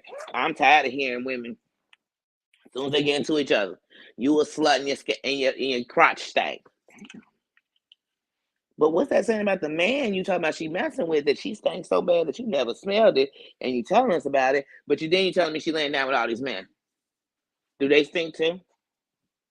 Mhm. Do all stinky people call you and tell you they had sex? I mean, I just need to know how you know this. But y'all know it's the internet. They know everything. Like I said, they knew that I was gonna change flights. They knew it before I knew, probably, because the internet know everything. It is the gospel. It is the gospel. 20, 30 years from now, they gonna write Bibles quoted from people from the internet. They gonna have a whole language. It's gonna be a movement. Oh, oh no, Sue, you know I'm not upset. I was Tina, Susan. Tina, you know I'm not upset. No, no, no. I was talking about the airport. If I was upset with anything, I was upset that they was trying to pull our chains. But no, I'm not. I'm in a great mood. Look, y'all, like I said, look, I'm out here in the back. I'm out here in Georgia. I'm thinking not about where I'm at, but how far I've come from when I walked in here last year. Mentally, how far I've come. Physically, how far I've come with this channel. You know what I mean? So I'm in joy. I'm in bliss, sis. I am. I had to show my face real quick. But because I'm reading the comments and I'm using my phone, that's why I got the camera off. But no, I'm good, sis. Now, if it was something that aggravated me, is that I managed between my ticket and eating and stuff to spend $300 in the airport. So that probably has me a little blah blah, if I might say. If I must say. Y'all remember the must say dude? Oh, I used to love the must say dude. Yeah, I probably don't even know what I'm talking about on Saturday Night Live. What was his name? Oh, but he was Must Say. He did a bunch of characters. Oh, I used to think he was hilarious. What was his name? He had that one movie where he is the Must Say dude. Oh, I'm gonna have to look that up. He used to always say that I must say, and I must say that's a pretty nice hat you have on. If I must say, it's the Must Say guy. Am I aging myself, y'all?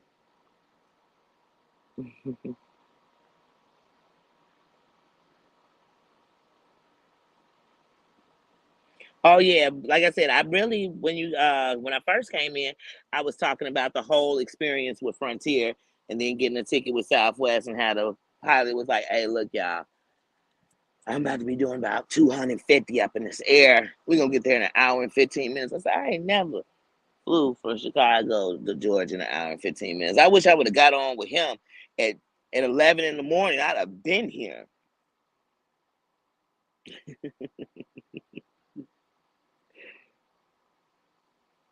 Oh, so I spent 215 having to buy a whole nother ticket, Snuggle Bunny. So yesterday, so I had bought my tickets to come out here for my nephew's wedding. I bought them on Monday of this week. And because I was so close, every ticket round trip was 450, $500. Some went up. And I was like, oh hell to no. Then I saw this ticket, they came to it was 160 because the tickets were $80 each way. It was 160 before tax, a little less than 200 with tax. I said, I'm jumping on it. As soon as I got finished paying for them, I realized, damn, on my way to Georgia, they flying me past Georgia to Orlando, and I got a 5 hour layover. So originally, I was supposed to fly out yesterday at 11 in the morning, but they on my way to the airport. When I'm heading to the airport at 8 o'clock in the morning, they sent a delay saying my delay was to 3:20.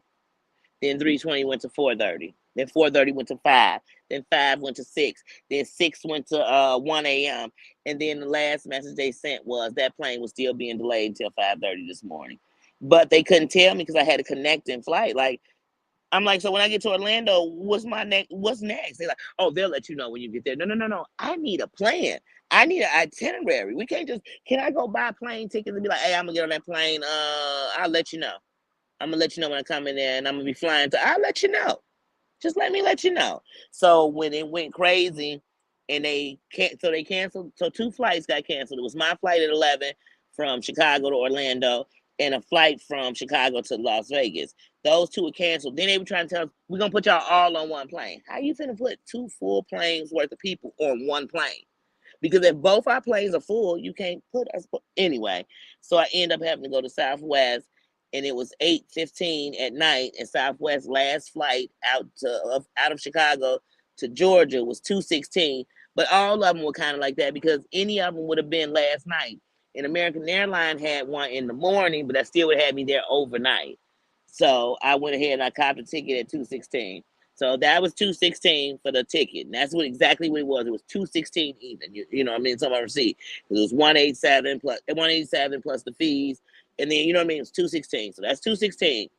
So after being at the airport all day, after all that shenanigans and bullshit, I bought me something to drink. I bought a Modelo and a double shot of a shot of Patron. That shit was $34. Then I got me something to eat. I got chicken tenders and French fries and a pop. That was damn near $30.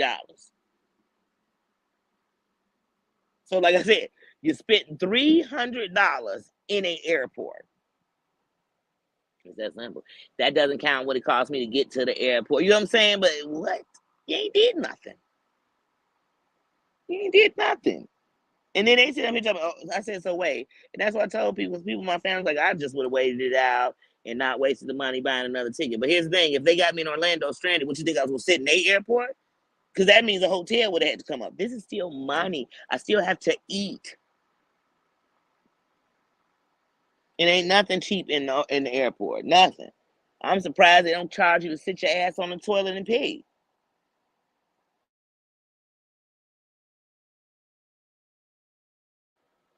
Nah, no, I'm gonna still fly, but it's two things I'm not doing. I'm gonna do Frontier on my way home because, like I said, I already have the ticket home. It's at 6 a.m. It's your first flight up out of Georgia. You should do better. So I'm hoping we don't have the same problem. I'm praying to God we don't. Um, but no more Frontier for me. Because like I said, I did Spirit once. I didn't have a problem. It's just all that a la carte I can't do because you end up paying the same I could have paid to get another seat somewhere else.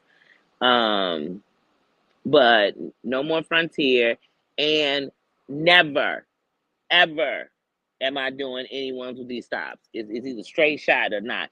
Only way we stopping is if I'm going out of country and I gotta go to here. You know what I'm saying? But I'm not doing it. And right now, I don't see me going out the country no time soon.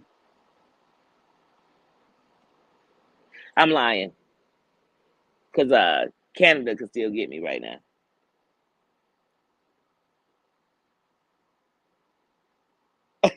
Wait, you either I'm telling y'all, but the way that people were going crazy, and all you saw was people with their phones on Facebook, on Twitter, on here talking about what was going on. I said, man, I'm not gonna sit and bitch on what we see all the time. This is what go on in these places.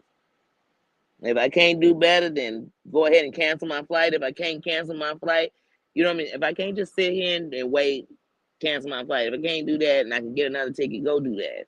Just go do that and then take it up with them. So like I said, I was able to cancel it. It take about 4 to 5 days for them to send me back my money for the one ticket. You know what I'm saying? But I canceled.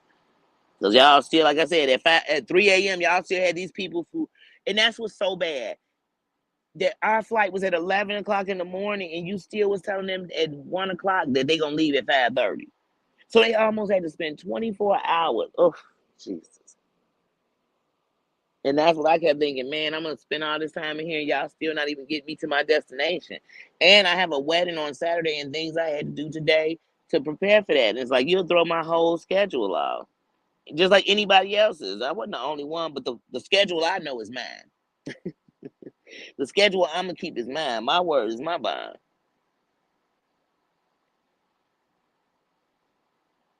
My nephew, my nephew, I've been in his life since he was born. You know, his birthday the same day as my son, a year before. We you know, his mother and me, that's whose house I'm at right now. We have been friends 30 years. They are family to me. They are family to me. And he is the first of our children to get married. If you think I'm gonna miss it. If you think I'd miss it, you got I'm not must not be breathing because as long as I'm breathing and mobile now, if my eyes was out and I couldn't open them, I couldn't come. If my feet went, you know, went to not working and I couldn't get there, I couldn't come. If I wasn't breathing, I couldn't come. But if I was, I'm here. And that's, you know, that's what I tell you. Get your flowers while you're here. So I'm here.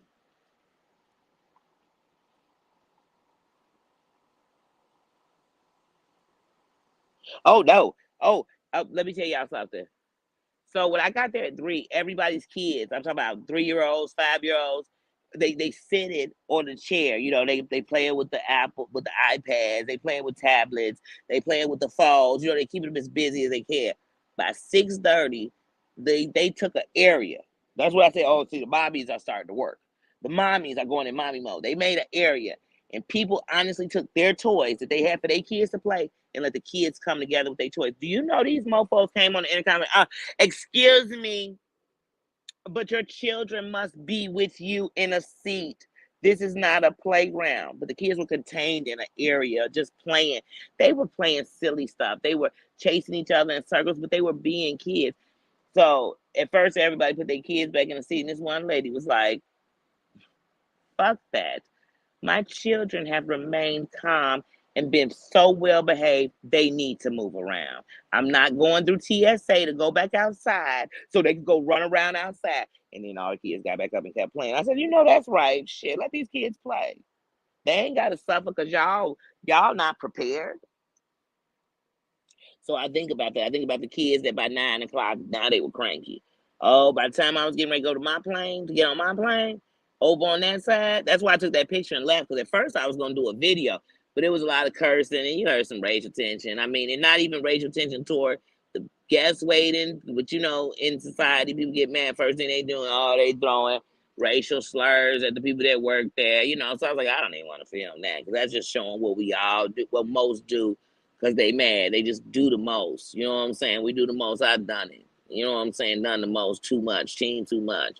You didn't even need all that. You put 20 on 10. You know what I'm saying? And you know, if you only need $10 worth of gas and you put 20 on it, what's gonna happen? It's gonna overflow. You're doing too much. I don't put 20 on 10.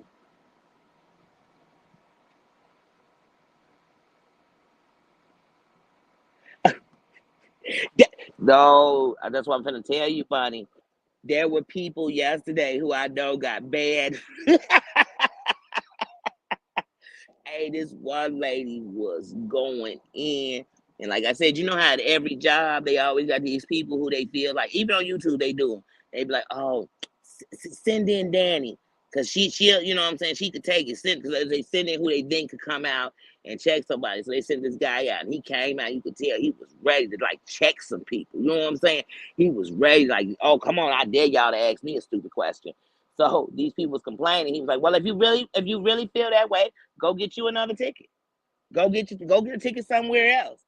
Go get a ticket somewhere else. That's why when I came back over there and all the people was giving my money and doing this and doing that, and that dude, this one lady, because it was the people behind the register, people out. I said, no, I went and got another ticket. Just hey, I heard a tip and I took it. Yeah, you right. I'm out of this mofo. I'm out of this mofo. But I also understand if you couldn't do it now, I just tapped what I had and said, do it. You know what I mean? Because you got to think about the moment, not later. But you know what I mean? I just like, oh, I got to get out of here. But if you didn't, you stuck. You stuck. Like, shit, I got to get out here. And there was people who were like, hey, I'm just going out of town till Saturday. If you don't get me out there till Friday night, I got a hotel I paid for. I'm not checked in. It was a lot of shit. I can understand. And that's why I told them, if y'all get me stranded in Orlando and I'm in Orlando missing my nephew's wedding, well, first of all, they probably would have drove and came and got me. But still, now people got to drive 6 hours out to Orlando to come get me. We got to drive 6 hours back. Come on, y'all. And I done paid for tickets. Like, it's still a loss, no matter how I played it. You know what I mean? It was a loss. But it wasn't a loss in the end because I'm here. And I'm safely here. You know what I mean? I'm not going to miss it. I'm still doing my hair today. I'm still, doing the things we're doing. It is what it is. Oh yeah, they was talking crap. This one guy was like, who worked there was like, well, you get what you pay for. Well, honey, you work for the damn company, so you saying y'all some cheap son of a bitches? I mean, it's not that because I done got a $60 flight on United. It wasn't like that. I done got cheap flights on other shit. I done got a flight. I flew out here. I flew to Georgia in 2020. I flew to Georgia on the 17th of December. I flew back Christmas morning at 6 a.m. They had the bars open at 6 a.m. on Christmas. I can't even lie. Man, people was buying people. I don't even drink like that. I don't get on planes like that. I just was having a drink because it was Christmas. It was people in there. You don't know if people by themselves or they lost someone or you know what I mean? So we just had a toast. We just like 8 people in the bar. We had a toast, and the next thing I know, everybody's buying drinks. I said, wait a minute, y'all getting way too. And they had a buy one get one free. And I'm like, oh no, this too much. I know it's Christmas, y'all, but I got on that plane and went to sleep. I had the whole row to myself. I went to bed in there, but I've got cheap flights. But I flew there on the 17th, came back on Christmas, and I was on Southwest, and my tickets was like $110 round trip. So I've got cheap tickets. Sometimes you catch the flight right. And I always buy tickets last minute. So I'm always buying it the week before, 2 weeks before. I think the longest I ever bought a ticket early in advance was like a month. I usually buy my tickets around the time. And that's not good, but I do. But that's why he kept saying you get what you pay for. No, no, no, no, no, no, Booney. Stop lying. I done been to high class places and they act as shitty with service. So no, you don't.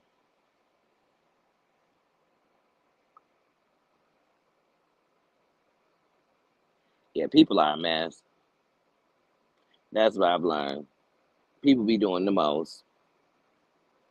And that's how I felt. They whole staff was yesterday. I mean, lip service. They was giving such lip service. It was ridiculous.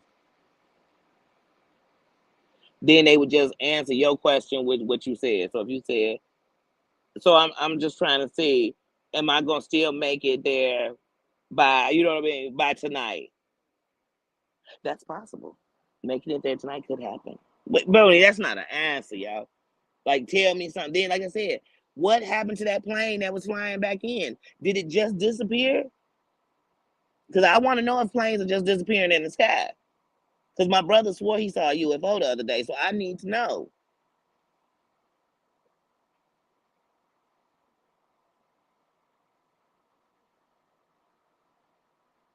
But yeah, it will deter you because I'm like, oh, it's got me nervous about my Sunday flight with them. But like I said, I'm just banking on the fact that the truth is, it's the first flight of the day. It should be no problems. You know what I mean? Unless the night before y'all ain't got no planes. I mean, it shouldn't be no problem. And they kept saying that, oh, there's nothing wrong with the aircraft. We're short staffed pilots. We're short on planes. And everybody kept saying the same thing. Then why do y'all have all these things booked? How are y'all booking up when y'all know y'all short? Hey, BT. I had just seen you in there a few minutes ago. I didn't even know you left. Oh, who did you delete? Oh, Susan, who did you delete by accident?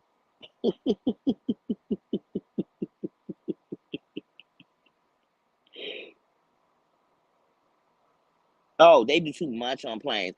Y'all, when I was leaving Dallas, no joke, I still got the pictures in my phone of the people. Man, I kid y'all not, they had on fatigue and it made me even more nervous.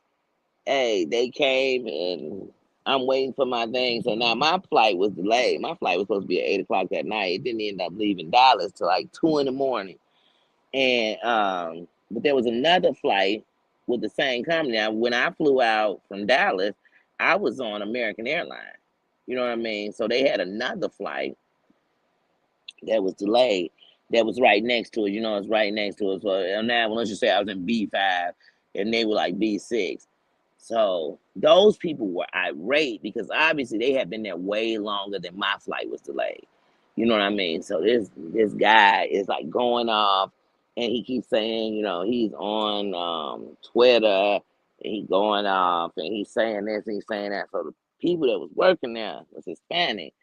And I never forget, man, his wife stood up and she just started going completely racist. And no one was going with them on this. Like even white people like, oh no, no, no, you are alone on this one, Peter.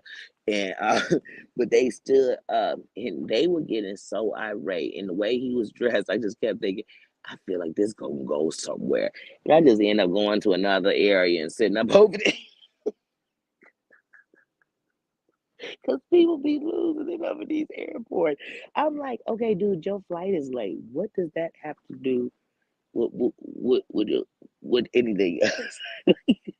I know they ain't illegal working up here in the doggone airport. But he was going bananas. I showed took pictures of him though. And he kept saying, I'm sorry if I have you on my camera, but I want them to see how many people are waiting. But sir, you keep coming over here showing, you keep putting your camera toward all the people over here waiting, but we not even waiting for the same plane. I know it make your story look better, but damn, we ain't even waiting for the same plane. Like my plane literally was sitting there. We couldn't get on it because when it was coming in, it was having like problems. And I was glad because at first I was complaining because I'm like, my plane is sitting outside the window, but we aren't moving.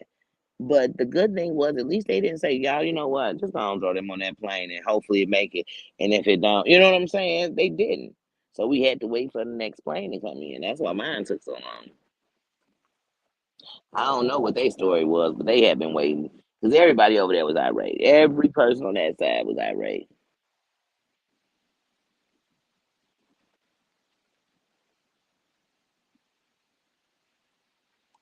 Oh wow. Oh wow. He stole a what, like a, commercial plane? Wow. People be doing the most because it's people of the world. You think even when I see, like people be acting a fool and you see them on the streets, just anywhere in the store, in the restaurant, acting a fool. You think them people ain't on social media? So when you see these fools that you see acting a fool over the typewriter, you better know some of them acting a fool right there out in them streets. We talk about Karen, so and you think they ain't on here? They everywhere. Yep.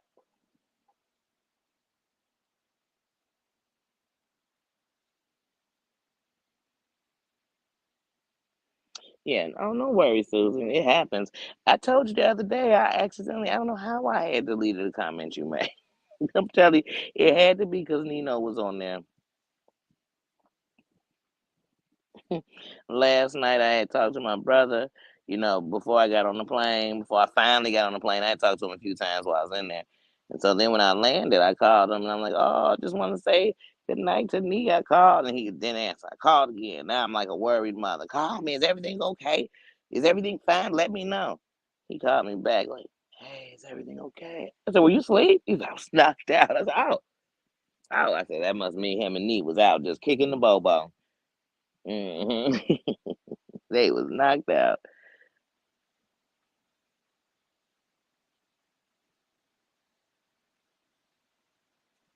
Mm.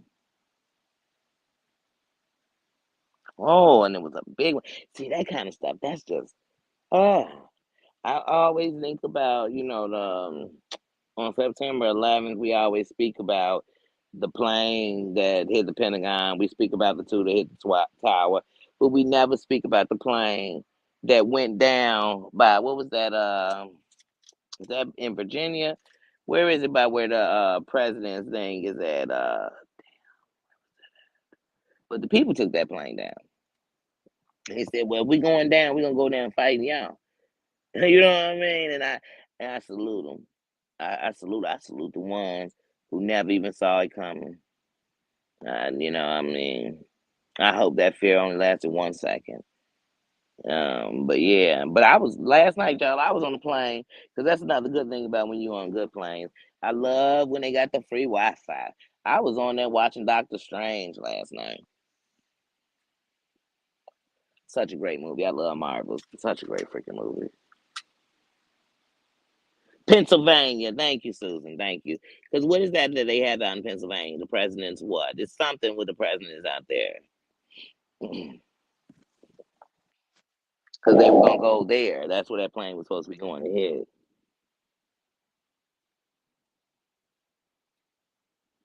Mm. Man, you good if you weren't no pilot and you drove a damn plane, flew a plane because hunty. It's not like you just go in there and put it in drive. You know what I mean? You turn the key and just put it in drive. But you'll catch a ugly case, boy, when you land. You might as well went out and did something to somebody because that's a threat on security, on national security. Just the thought that pookity boop, you know what I'm saying? First of all, you have to know that if someone will take an action like that there's something going on. You know what I mean? Something's not. Hmm. You gotta know. And that's why I always tell people that when people say, "Oh, well," when they talk about mental health and they say that they make it like that's what I do, but I wouldn't do that. But here's the thing: you gotta understand, you wouldn't do that because obviously either you know how to control. You know what I'm saying? You're medicated. You're there. You're in therapy. You know what I mean? Or you haven't just let it build and build and build because when people aren't medicated and they're going on with something that's bigger than them and they drinking or whatever, you don't even have to be drinking and it's piling on. You're going to do things that are not rational. You're going, and that's not to justify or anything else.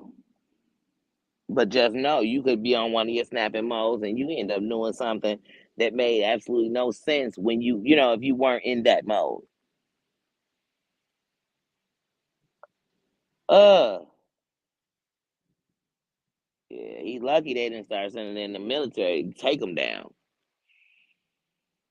But once again, the military don't want to show that over our own lands. Better things to do than us be. But you got to let people know, hey, that ain't going on. And that'll halt the airspace for everybody else because we can't have these other planes up in the air with him up in that air like that. That's crazy.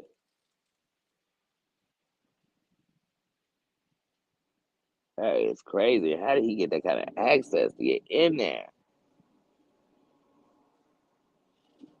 It just made me think like, were you there when they, how to plane loaded, unloaded, and just came in, and even the pilot came out, and the plane still sitting there till the new pilot come on? Were you right there and said, you know what? Instead of me attaching this thing, so you can, get from the airport into the plane. I'm just gonna disattach it and fly off. Like what? And how come y'all couldn't stop him on the runway? Y'all should have enough security. It's just like when we watched the video of of Evaldi, and you watch them police, and it's just like, wait, where in the training is any of this what you do? Where at the airport should somebody be able to get a plane and make it off that tarp? They should not be able to come off that runway. I don't care if we in there knocking tires out. You know what I'm saying? If we dropping out shit to stop them, and they crash in the back before they get in the air, but you shouldn't even be allowing. That's a threat to all of us. And it's copycats everywhere. Just like on here, people copycat what people do wrong because they think it made something. It made them popular. It made them monetize. It made, but they gonna think it do something. But in reality, it causes a chain reaction of nothing.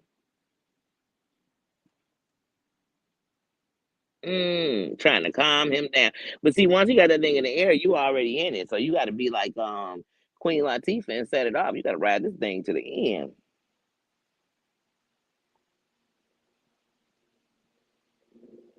He would have killed that.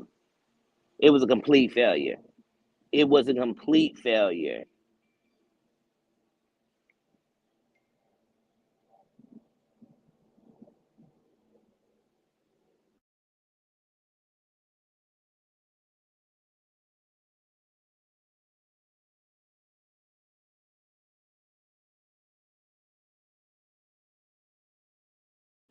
When you watch Steve Harvey, sorry, I was just talking and I didn't even realize my thing had was on mute.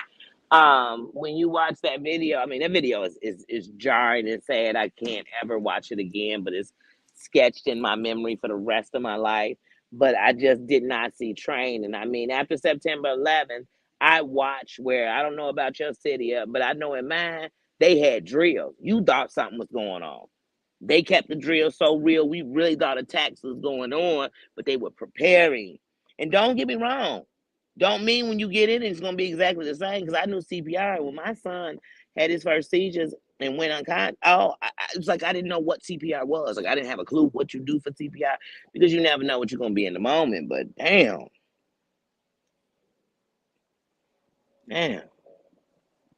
So if an airport, I mean, like I said, because no plane can just go from the ground up. You get what I'm saying? It has to run and get to a speed and then start taking off. You get what I'm saying? So why? Whoa! How did y'all not stop this? Wow! And see, that's what ends up happening in the end. More people get in trouble than just the person who did it, because everybody has to answer for that. Because if he did it, somebody else could do it. And some people, believe it or not, just like with banks, some people get jobs just so they could be in the place. It's called the inside. Get on the inside. We need somebody on the inside.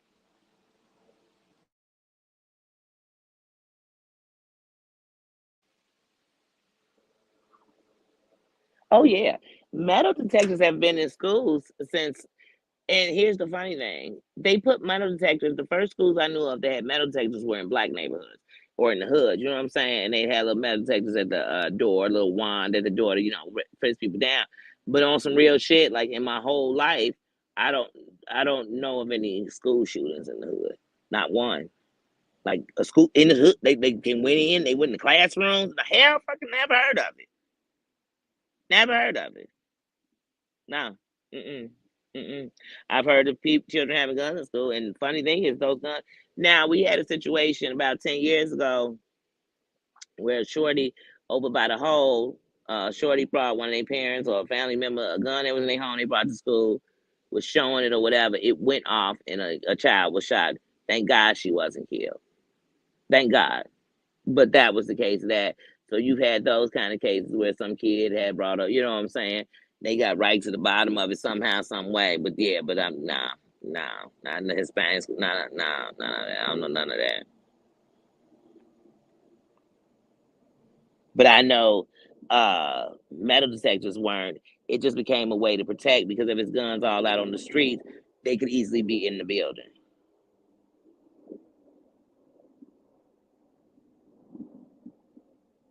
I believe it doesn't hurt to have metal detectors at the school. And that's for anybody coming through the door.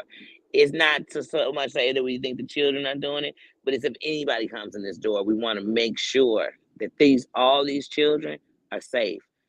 And where we say we're invading and doing this, hey, if it's keeping my shorty safe, because in my lifetime, it's been a lot of school shootings. It's not new. Uvalde wasn't the first one. They actually just get worse and the kids get younger. And you know what I'm saying? Like it just gets worse. It's sad.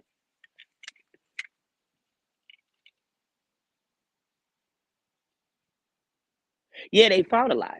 And look, you know how like on the John and Cody fight recently, they were like brass knuckles. That was big. So the metal detector wasn't always grabbing guns, y'all. I want to tell you something. The metal detectors was grabbing brass knuckles. They was grabbing knives.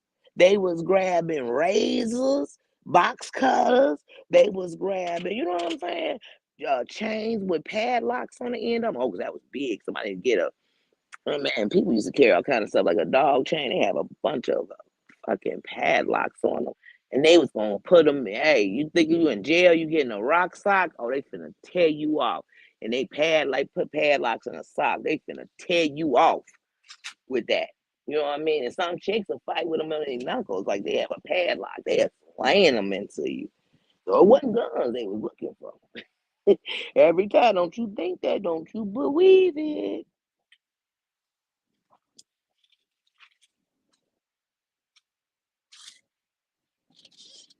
Well, in most cases of school shootings, in most cases, they are bullied. So whether, like even with Evaldi, this is a child with some type of issues, and you're not even at the school. This isn't your school. Not saying if did it at his school, it'd been better, because it wouldn't. None of it would have been better. But yeah, it is a lot of bullying, and it is lots of cases of where these kids, way before it became this, they were crying for help. They were, and some weren't. And some parents thought because they said something, it was, solved. Or sometimes parents see things at home and they not even being told what's going on, but you're seeing the withdrawal from your child.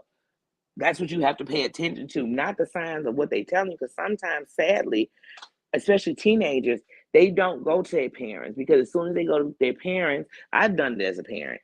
You start giving them what you know. Oh, well, if you do it like this, and I'm telling you that ain't your friend, and I mean you're trying to, and they can't really communicate with you. And sometimes as parents, they start telling us, and we're like, "Oh, that's an overload.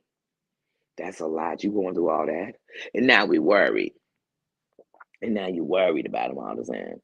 But yeah, kids, and then they always think that the parents, for some reason, just don't understand. You know what I mean? Like parents just don't understand, and we do. But we're understanding as a parent. You're understanding from a part that I'm your parent, so I'm different than everybody else. So yeah, I did get a little over emotional about what you're telling me because I worried about you. Like I even say about with the LGBTQIA plus community. There are so many parents who handle it wrong because they're just afraid. They're afraid of how society is going to treat you. They're afraid of what people are going to say about you. They're afraid of how people are going to judge you. So they feel like if I give you this tough one, you just won't do it. But it don't work like that. It don't work like that. Usually kids who get bullied bully. And if they don't bully when they're children, they become adult bullies.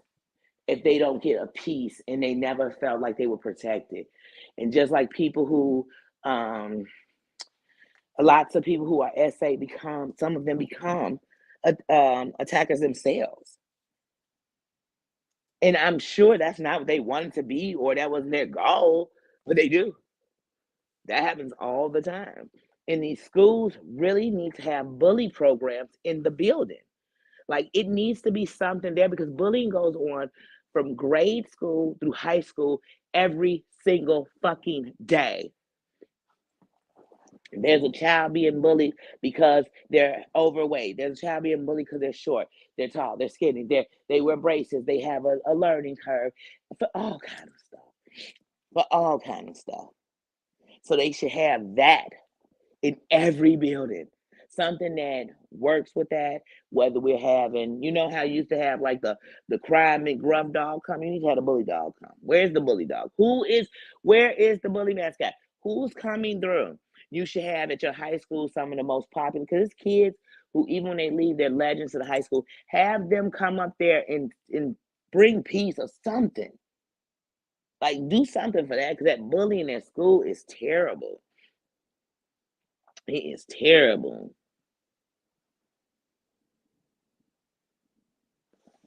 For trying a sixth grader. Hmm. It's sad.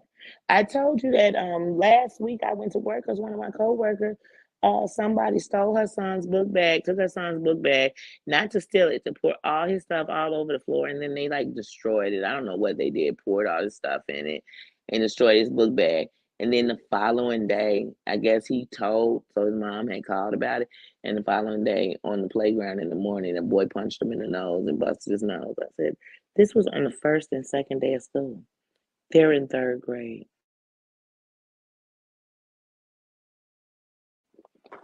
Third grade. Babies. Babies. And sometimes people don't know that bullies are being abused at home. Some of them. Not all, some.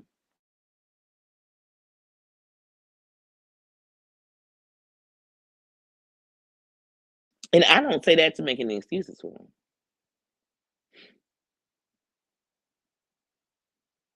Hey, Queen of Sheba. Hey, sis.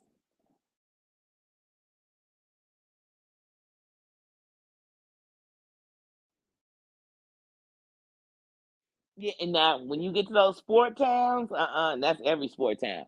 The kids that mean everything in that town are the athletes. Oh yeah, they will protect and go to one of them towns with football. Oh my God. I used to think that was just in movies. No, that's real life.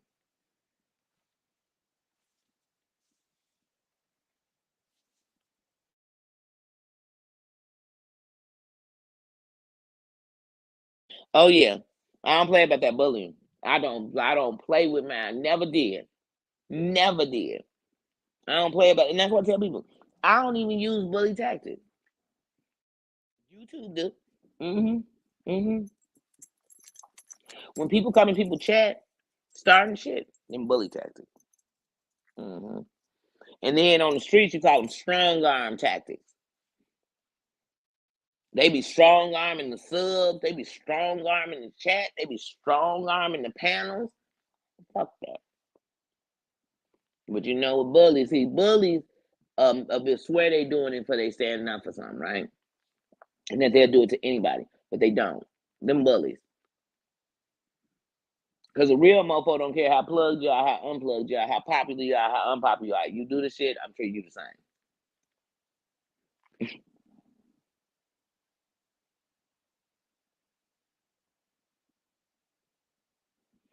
Mm-hmm. Mm-hmm. But also I know it's like sports towns, I've noticed like some of the people whose kids aren't as great as like the big athletes out there, they are like big sponsors and stuff. So they the people who got the gym, they help get the parking lot. They the ones who got the, so they give their kid, I mean, especially like on the college level, like you, oh, I believe it though.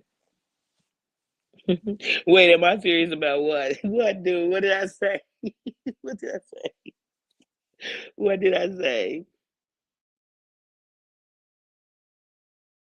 You just said, am I serious? What did I say? Because you know I might have said something. Look, because I was saying, I sure am. But I need to know what you said. Ask it, did I say? Oh, you know what I can't stand about bullying kids for being overweight? First of all, I know some very tiny people who had a pudgy moment. You know what I mean? And then, when I was young, they say, "Oh, you still got your baby fat." And my grandma used to say, "I don't know how these young men don't know these are little girls when you can still see the baby fat." So,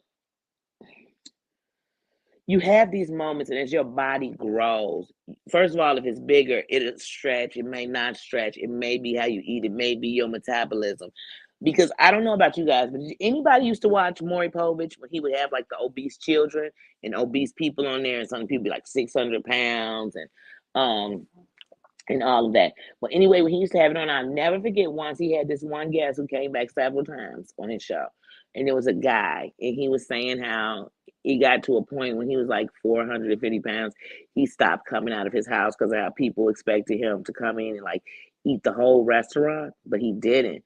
But it was his metabolism and how things broke down. And then when he got to that size and he couldn't get up as much, of course he couldn't, you know what I mean? He couldn't do, he couldn't move around and break it down. So sometimes what I do is even when I eat terrible, I walk a lot. And so no, that's not, I should work out and I should do more, but you have to do something. I can't just eat and sit down. I can't just sit down and eat. So even when I eat heavy, like say I eat something heavy, then I'm say, oh, I'm gonna walk down a Lake Street, then I'm gonna walk back, then I'm gonna walk over here. So then I've got in like a mile and a half walk in a day. Sometimes I can get a mile and a half, 2 mile walk at one time, 2 miles one way, 2 miles. But sometimes I'm just walking back and forth. Oh, my bus coming. It's in 20 minutes. I'm just going to walk the 20 minutes and then I meet it at the next bus stop. You know what I mean? That's what I do because I have to make it up somewhere. Because I'm telling you, my friend, one of my besties, my sister, who stays down the street from where I'm staying at the hotel, I kid you not, she can eat like nobody's business. Okay, honey. She could break it down, pasta, burger, steak, whatever. And that girl don't gain a pound. I swear she probably, and she got one kid, but I swear she probably only 10 pounds more than she was when we was in high school.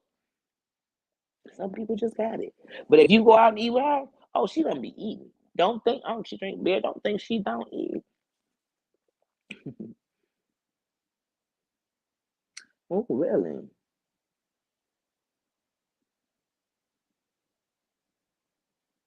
Yeah, that bullying, and you tell your daughter that the sports actually give you the validation that all the kids are looking for in high school. That fitting in. You have a group.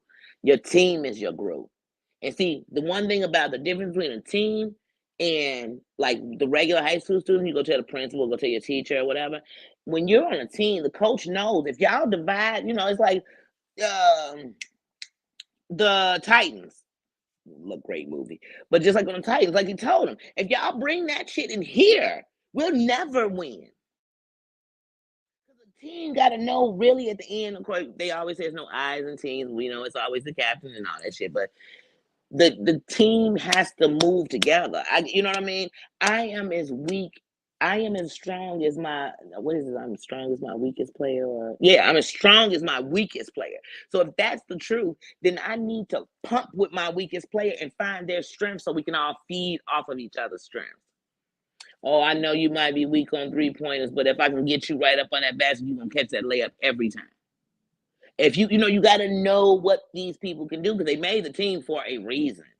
They weren't just when you trying out for a team. They not just like, oh, any, many, miny. Who's at the back? I don't even think he's trying out. Let me put him on the squad. No, because they want to win. Because when you win and get championships, your school get money. Especially if you're in a sport town. If you're in a sport town, it's built off you winning. Boy, when you're in a sport town and they win a championship, you be like, wait, the high school won a state championship and they got y'all a whole arena? What? Wow, for the high school?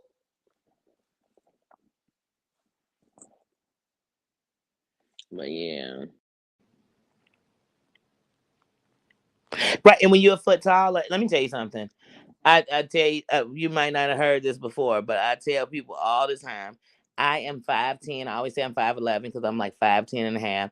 So I always say I'm 5'11". So one, I don't wear heels because I already have a problem with being that tall already. Okay. And then when you're tall, even when you're not, that's why I used to have so many. I mean, and I'm talking about you all until my 30s issues with my weight and my size because people always say, "Oh, you're a big girl," and I promise you, this is even when you're small. You're a big girl because you're tall. So I'm always gonna be in the back of the pictures when you're in the classroom, the back of the line because you're so tall. So because it was all these things that push you to the back because of your height when you already feel a way about being tall and young, um, that's why I ran for president of student body and I won and everything else because I knew that I had to prove that all the things that really make you feel worse about yourself, I'm no worse or better than nobody else. But I had many issues about my weight. I had many issues that I wore a woman size 10. So I always wore, I wear gym shoes a lot, but now I don't. Ever since I had the foot surgery, gym shoes seem really heavy, though I still love them. So I really only wear Crocs and Uggs. I do, because otherwise what happens is um it bothers my foot. I had a whole surgery on the bottom of my foot. Like, it bothers my foot very bad. It'll swell up. Then it's uncomfortable, uncomfortable shoes, and I just don't like that at all.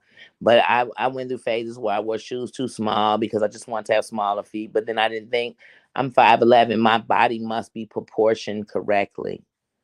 I've had issues where, when I had kids and I had surgery, like I had just had issues with my weight, with my stomach, with my appearance. But it's more of what you think people think. And I just had to learn to love me, love all 5, 10.5 inches of me, and realize, like, girl, your legs are long as hell. And lots of people love that. Like, you know what I mean? Like, just get on that. And the more I love me, but it's hard when you're young. Because when they showing you beautiful women, I mean, even when you think about the Beyoncés and the Halle Berrys and what we call, or what the world will call beautiful women, because even people of different races will say these people are beautiful. Like, they don't look like your average girl that you're going to see on the street, but that doesn't make your average girl unbeautiful.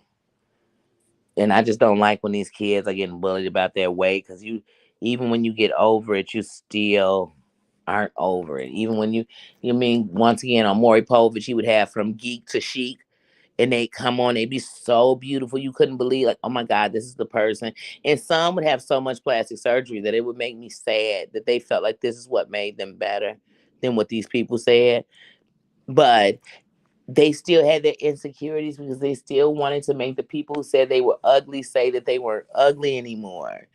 But you weren't ugly. I've had people be like, when I was young, never say you were so beautiful. And I still look exactly the same. And people be like, you're so beautiful. I don't get it. I don't know.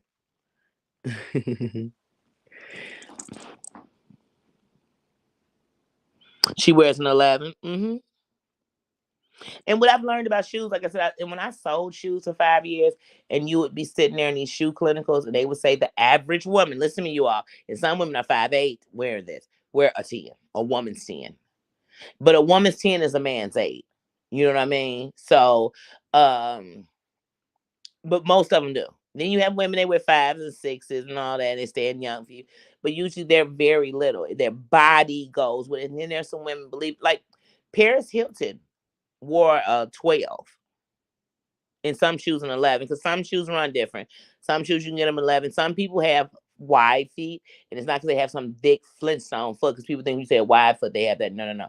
Some people have a wide foot because they have a flat foot. Their foot is flat. There's no arch. You know what I mean? And then some people have a thin heel. So it's hard to find a shoe that fits the heel. So you have to understand that the foot is completely different on everybody. But yeah, I mean, it is what it is. Stand in your sexiness, stand in your confidence, find what fits you. And once you do that, you'll realize the rest is just what it is. And you'll start buying shit in your size. And you'll know, remember, black always looks smaller. Always remember that white looks bigger. So white makes you look bigger, and the color is a clothes, even when you're smaller. And white shoes make your feet look bigger.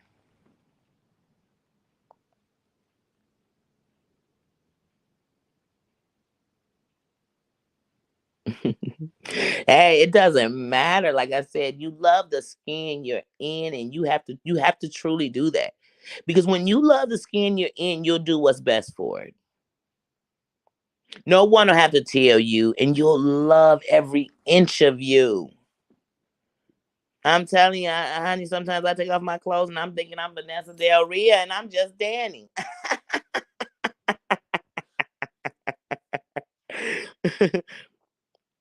mm, really? And people tell me that, Queen of Sheba.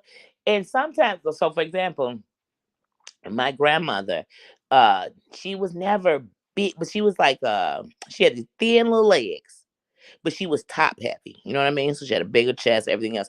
But as she got older, it's almost like the rest of her body became, and I'm not talking about older like she got sick, but as she got older, the rest of her body was small, like the legs, like, because she always had these little big legs. And like I tell people, some days I know there's a 500-pound woman who lives. She's lived in me forever. And I used to be ashamed of her. But I tell her that no matter what I am and what size I am, she is always gonna live in me. I love her. I love her because she makes me not be afraid to just be me. I was never gonna be the chick to go out with no dude and get no salad just so he could think I was skinny or I didn't eat. I wanted him to know who I was. Now I wasn't gonna be sitting at the table with my elbows up, burping and you know what I mean, picking my teeth with my fingers or nothing.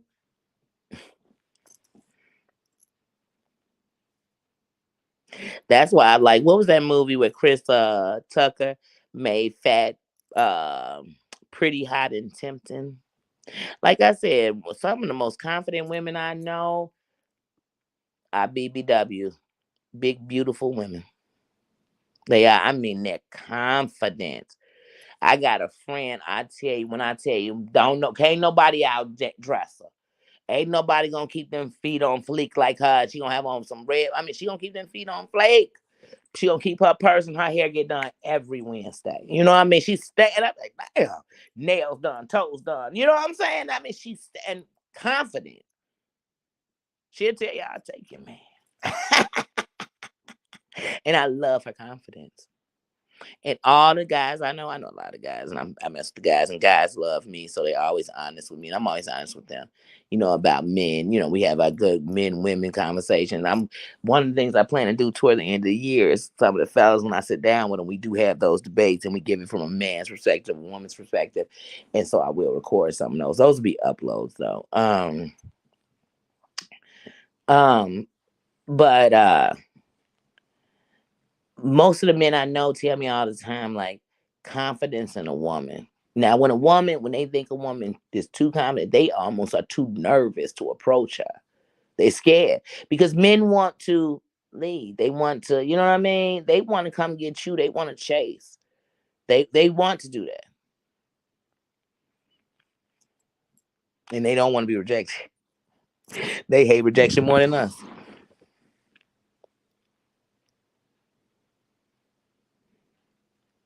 Oh my goodness. Oh, back in the day, my fellas used to get on my nerves, creasing everything. They crease their t-shirts, they crease their pants. I swear you come and get them and you been called them 12 times before you left. Like, all right, you getting ready?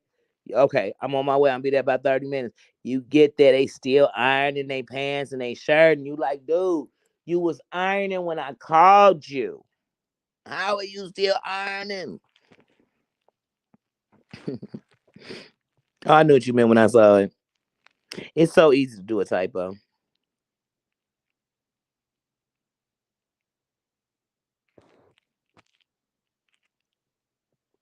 I did. I got this one piece outfit because like I said, it's outside. It's supposed to be like 85 tomorrow. So I just got this one piece to wear. It's a pants one piece. It's like a blush.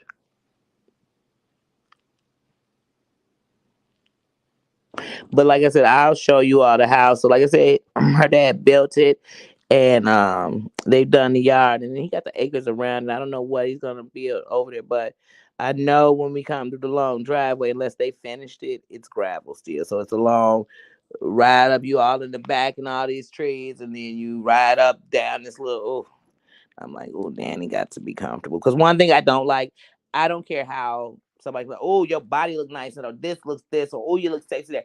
If I feel uncomfortable, if I feel like I gotta pull and tug on my clothes, if I feel like I gotta wrap my hands up, I feel like my arms are too big. If I'm feeling like that, I can't enjoy my outfit. And now I'm stiff the whole night. Now the whole day I am a stiff mess.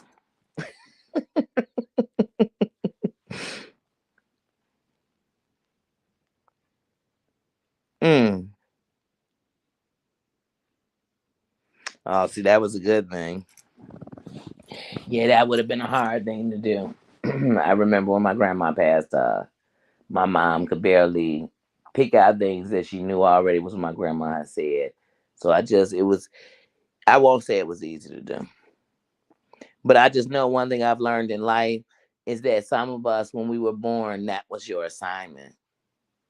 And I'm going to use this because when Amber's husband came on that day and actually came on live and was talking, and he was talking about his ex, and he said he was supposed to love her to the end. And I thought, as hurtful as that is, that's a beautiful thing to know that that was your job, that there was a line of place in you to be with somebody that wasn't going to be for the rest, but you were going to be so that, I don't know about y'all, but like to me, when I think of that, I mean, it's sad to lose someone you love, especially your spouse, your mate. But to think that I know that that was what my assignment was and I did my job. Wow, beautiful, beautiful. Oh yeah, that's what I'm telling you. My sisters that I speak about, like even when I'm here right now, like this is, I've been cool with her since I was 14 years old. I'm gonna be 43 years old in November.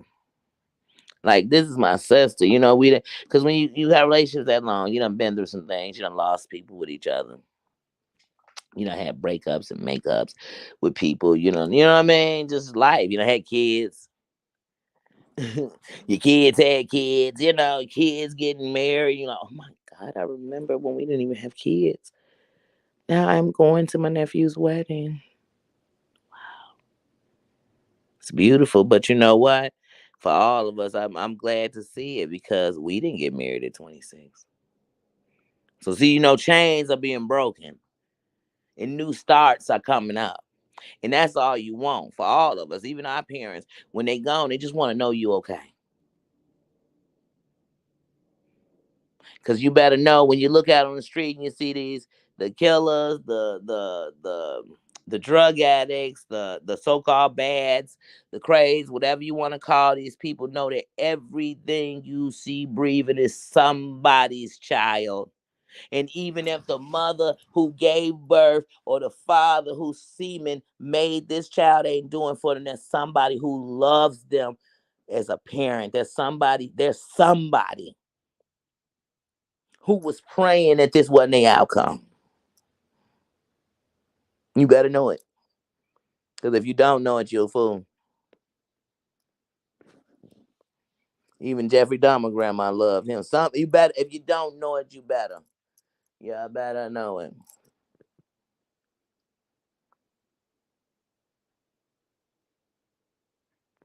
But yeah, so what does everybody have planned for today? It's Friday. What are you doing? Are you working, then going home and getting some good relaxation on? What are you doing?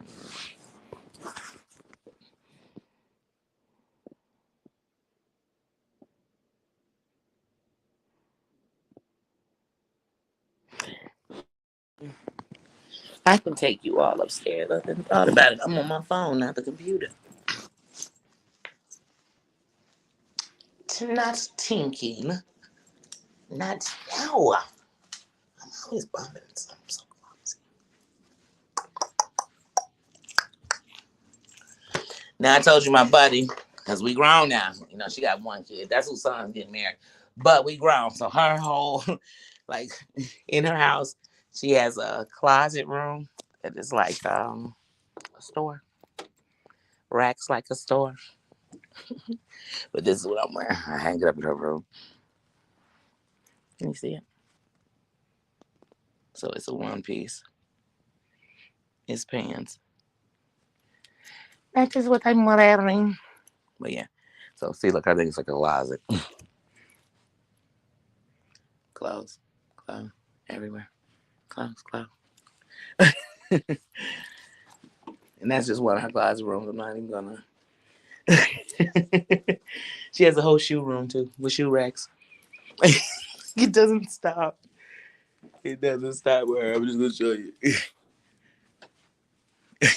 It doesn't stop with her.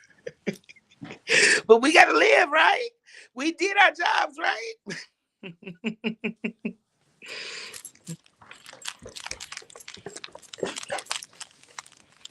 So yeah. But that's what she said when she was looking to buy her house. She said, I know one thing, when my son is going to his own place, I want to have rooms that I could turn into closets. She meant it. And then she has a little business. She wants to turn her garage into a store, like for her little business. I'm like, do it, girl. Isn't that color beautiful? Oh, guys, when I saw it, I said, it's that color. It was the color for me.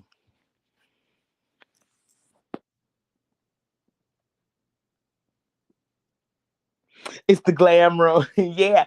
And then her bathroom is a glam room. Her bathroom is just like I've actually done a video when I was talking on my old videos in a minute. Her bathroom double sink, shower area, little jacuzzi, but it's the long sink, and then her mirrors is as long as the sinks and the counters, and it's lights all over. And then she has all her makeup on one side, so she does her makeup. And there's like a little table where you can put a chair. She has a makeup chair. Oh yeah, so she definitely glams it. So yeah, I always forget when you're on here, I can move anywhere I want. When I'm on the phone, that's the perk of the phone. Yes, when I'm on the phone, I can move anywhere I want and just turn the camera back on because then I'm not reading comments. But yes, oh man, guys, I am so excited. I am so excited for them. And the bond they have with each other. I'll say this much. When you have it and that's that strong, that's what the marriage is going to be based on. Because you're going to become a one, you know, you're going to become a one.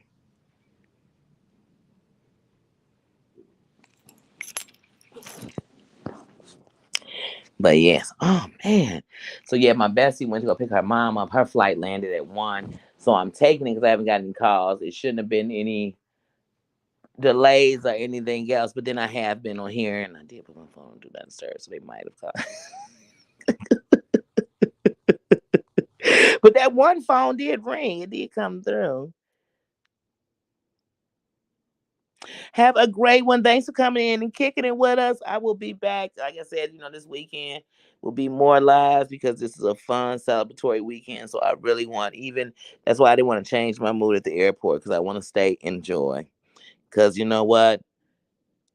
For everybody when they get married, you're saying it's the only one. You ain't getting the second one. But it happens sometimes. But with this one, we saying so I want to be there. I'm here and I want to enjoy it and I want to bring nothing but love in the room. So have a good one. I sure will. I sure will. The wedding's tomorrow. I sure will. Don't worry, because y'all already know. Like I said, my nephew said because my nephew has a YouTube page. I'm actually because tomorrow his day. He's gonna be my light. He's gonna be the content creator whose light I shine. But now I know he's gonna definitely stream it on Facebook. So if he said he's gonna stream it on Facebook and on his YouTube channel, but his YouTube channel is more about anime and stuff like that and Naruto and all that kind of stuff. But he was saying he's gonna stream it. So if he streams to YouTube, I'm gonna put him as my light in the morning, my content creator who is a light to me. I'm gonna put his channel up in there. And so therefore if he does stream it, it'll be on there and I'm gonna put the stream actually onto my YouTube. If he streams it. But if he doesn't stream it to YouTube, I will be filming not the whole wedding, but I definitely will be filming parts of it where there's not music. I will definitely film. I definitely will have some uploads and videos. I definitely will be dropping pictures. I definitely will be doing that tomorrow. So that's a must. That's a must. Yes, have a good day, Queen of Sheba. And yeah, everybody, I'm going to go ahead and get out of here because I know when they come back, we're going straight to the store because we just got to get last minute stuff and go to the beauty supply store. And then go get something to eat. I'm starving. But yeah, so we're gonna go ahead and do that, and I will get back at you guys later. Thanks for coming in here and chit chatting with me and enjoying each other. Thanks for spreading love. And I will talk to you later. Thank you, Susan. See ya.